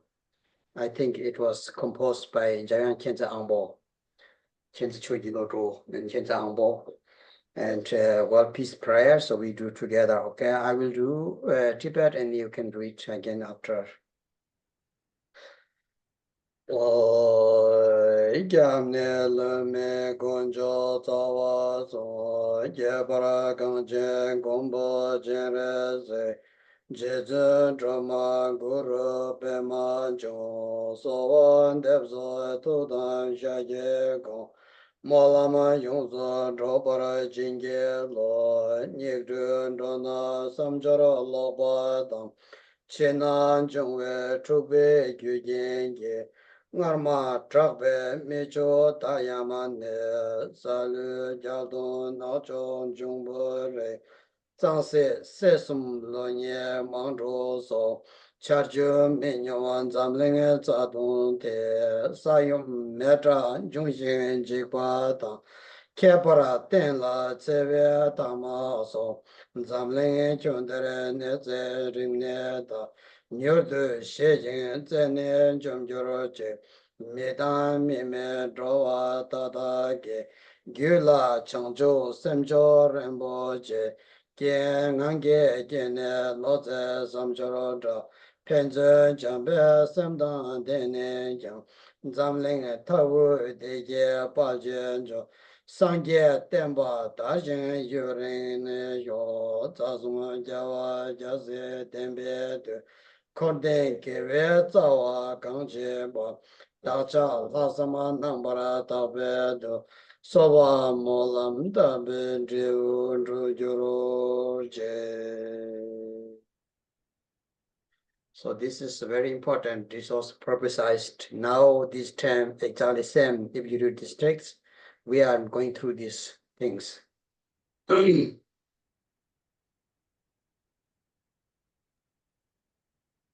Bài nguyện Okay. lạc và hòa bình thế giới. Con xin khẩn nguyện Tam Bảo cùng ba nguồn gia trì, đạo sư, bổn tôn hộ pháp, nhất là Pháp Vương Xứ Tuyết Quán Thế Âm, Đức Quan Âm Tara và Đức Liên Hoa Sinh. Xin hãy làm cho viên mãn những lời nguyện mà chư vị đã phát thệ trước đây. Xin hãy gia hộ để lời nguyện này được viên thành thật hoàn hảo. Do trong thời mạt Pháp, chúng sinh thường khởi tâm động niệm và phạm ác hạnh, nên các yếu tố bên trong lẫn bên ngoài đều mất quân bình. Người và gia súc đều mắc các dịch bệnh kỳ lạ, hung thần, thủy quái, quỷ dữ, âm binh, tai họa, giá rét, mưa đá, mùa mèn, thất thu, cùng chiến tranh và các hiểm họa khác. Mưa nắng trái mùa, nóng bức, nạn đói kém, hạn hán trên thế giới, nạn động đất do hỏa hoạn, do các nguyên tố vũ trụ bị hủy hoại. Và nhất là các tội ác man rợ gây tổn hại cho giáo pháp đang hoành hành tràn lan. Nguyện cho mọi hiểm nguy và thương tổn ở khắp thế giới được nhanh chóng khắc chế. Nguyện cho Bồ Đề Tâm tối thượng và chân quý sẽ khởi sinh một cách tự nhiên nơi dòng tâm thức của mọi chúng sinh cùng loài người và loài phi nhân. Nguyện cho họ được giải thoát khỏi các ý nghĩ và các hành động ác hại.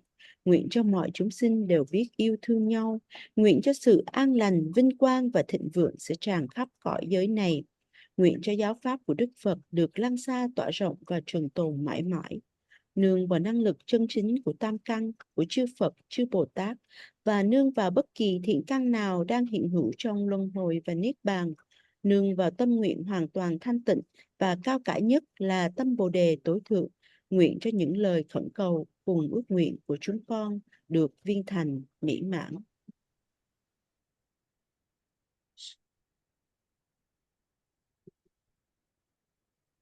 Finish, right? That's all.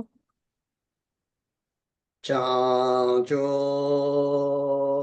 sen cho ren bo che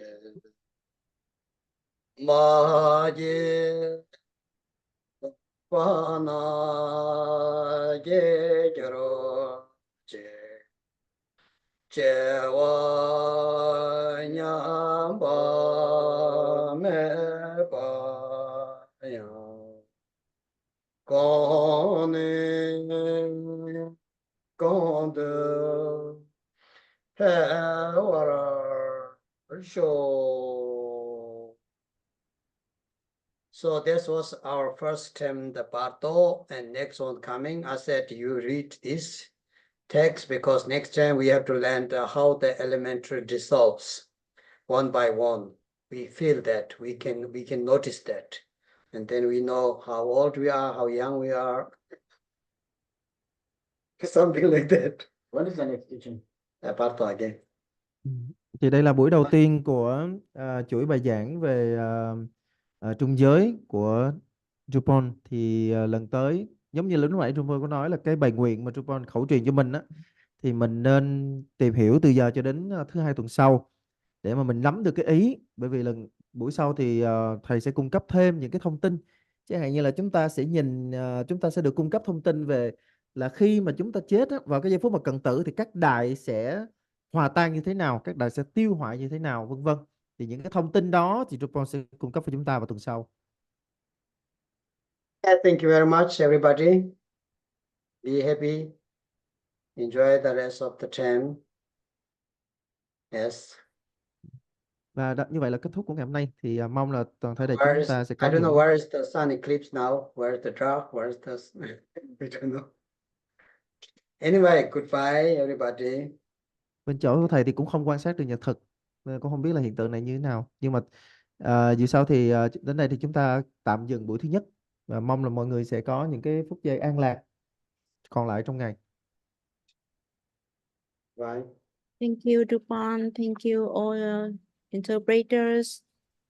Thank you, everyone. See you next week. I end the interpretation room first, okay? And Nice. let me. I see now many people I know. Thank you, Lama.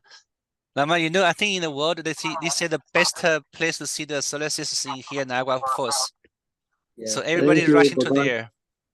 Okay, thank you. Gracias, Lama Kunsang. Thank you very much. Yeah. Cảm ơn thầy sư Bye.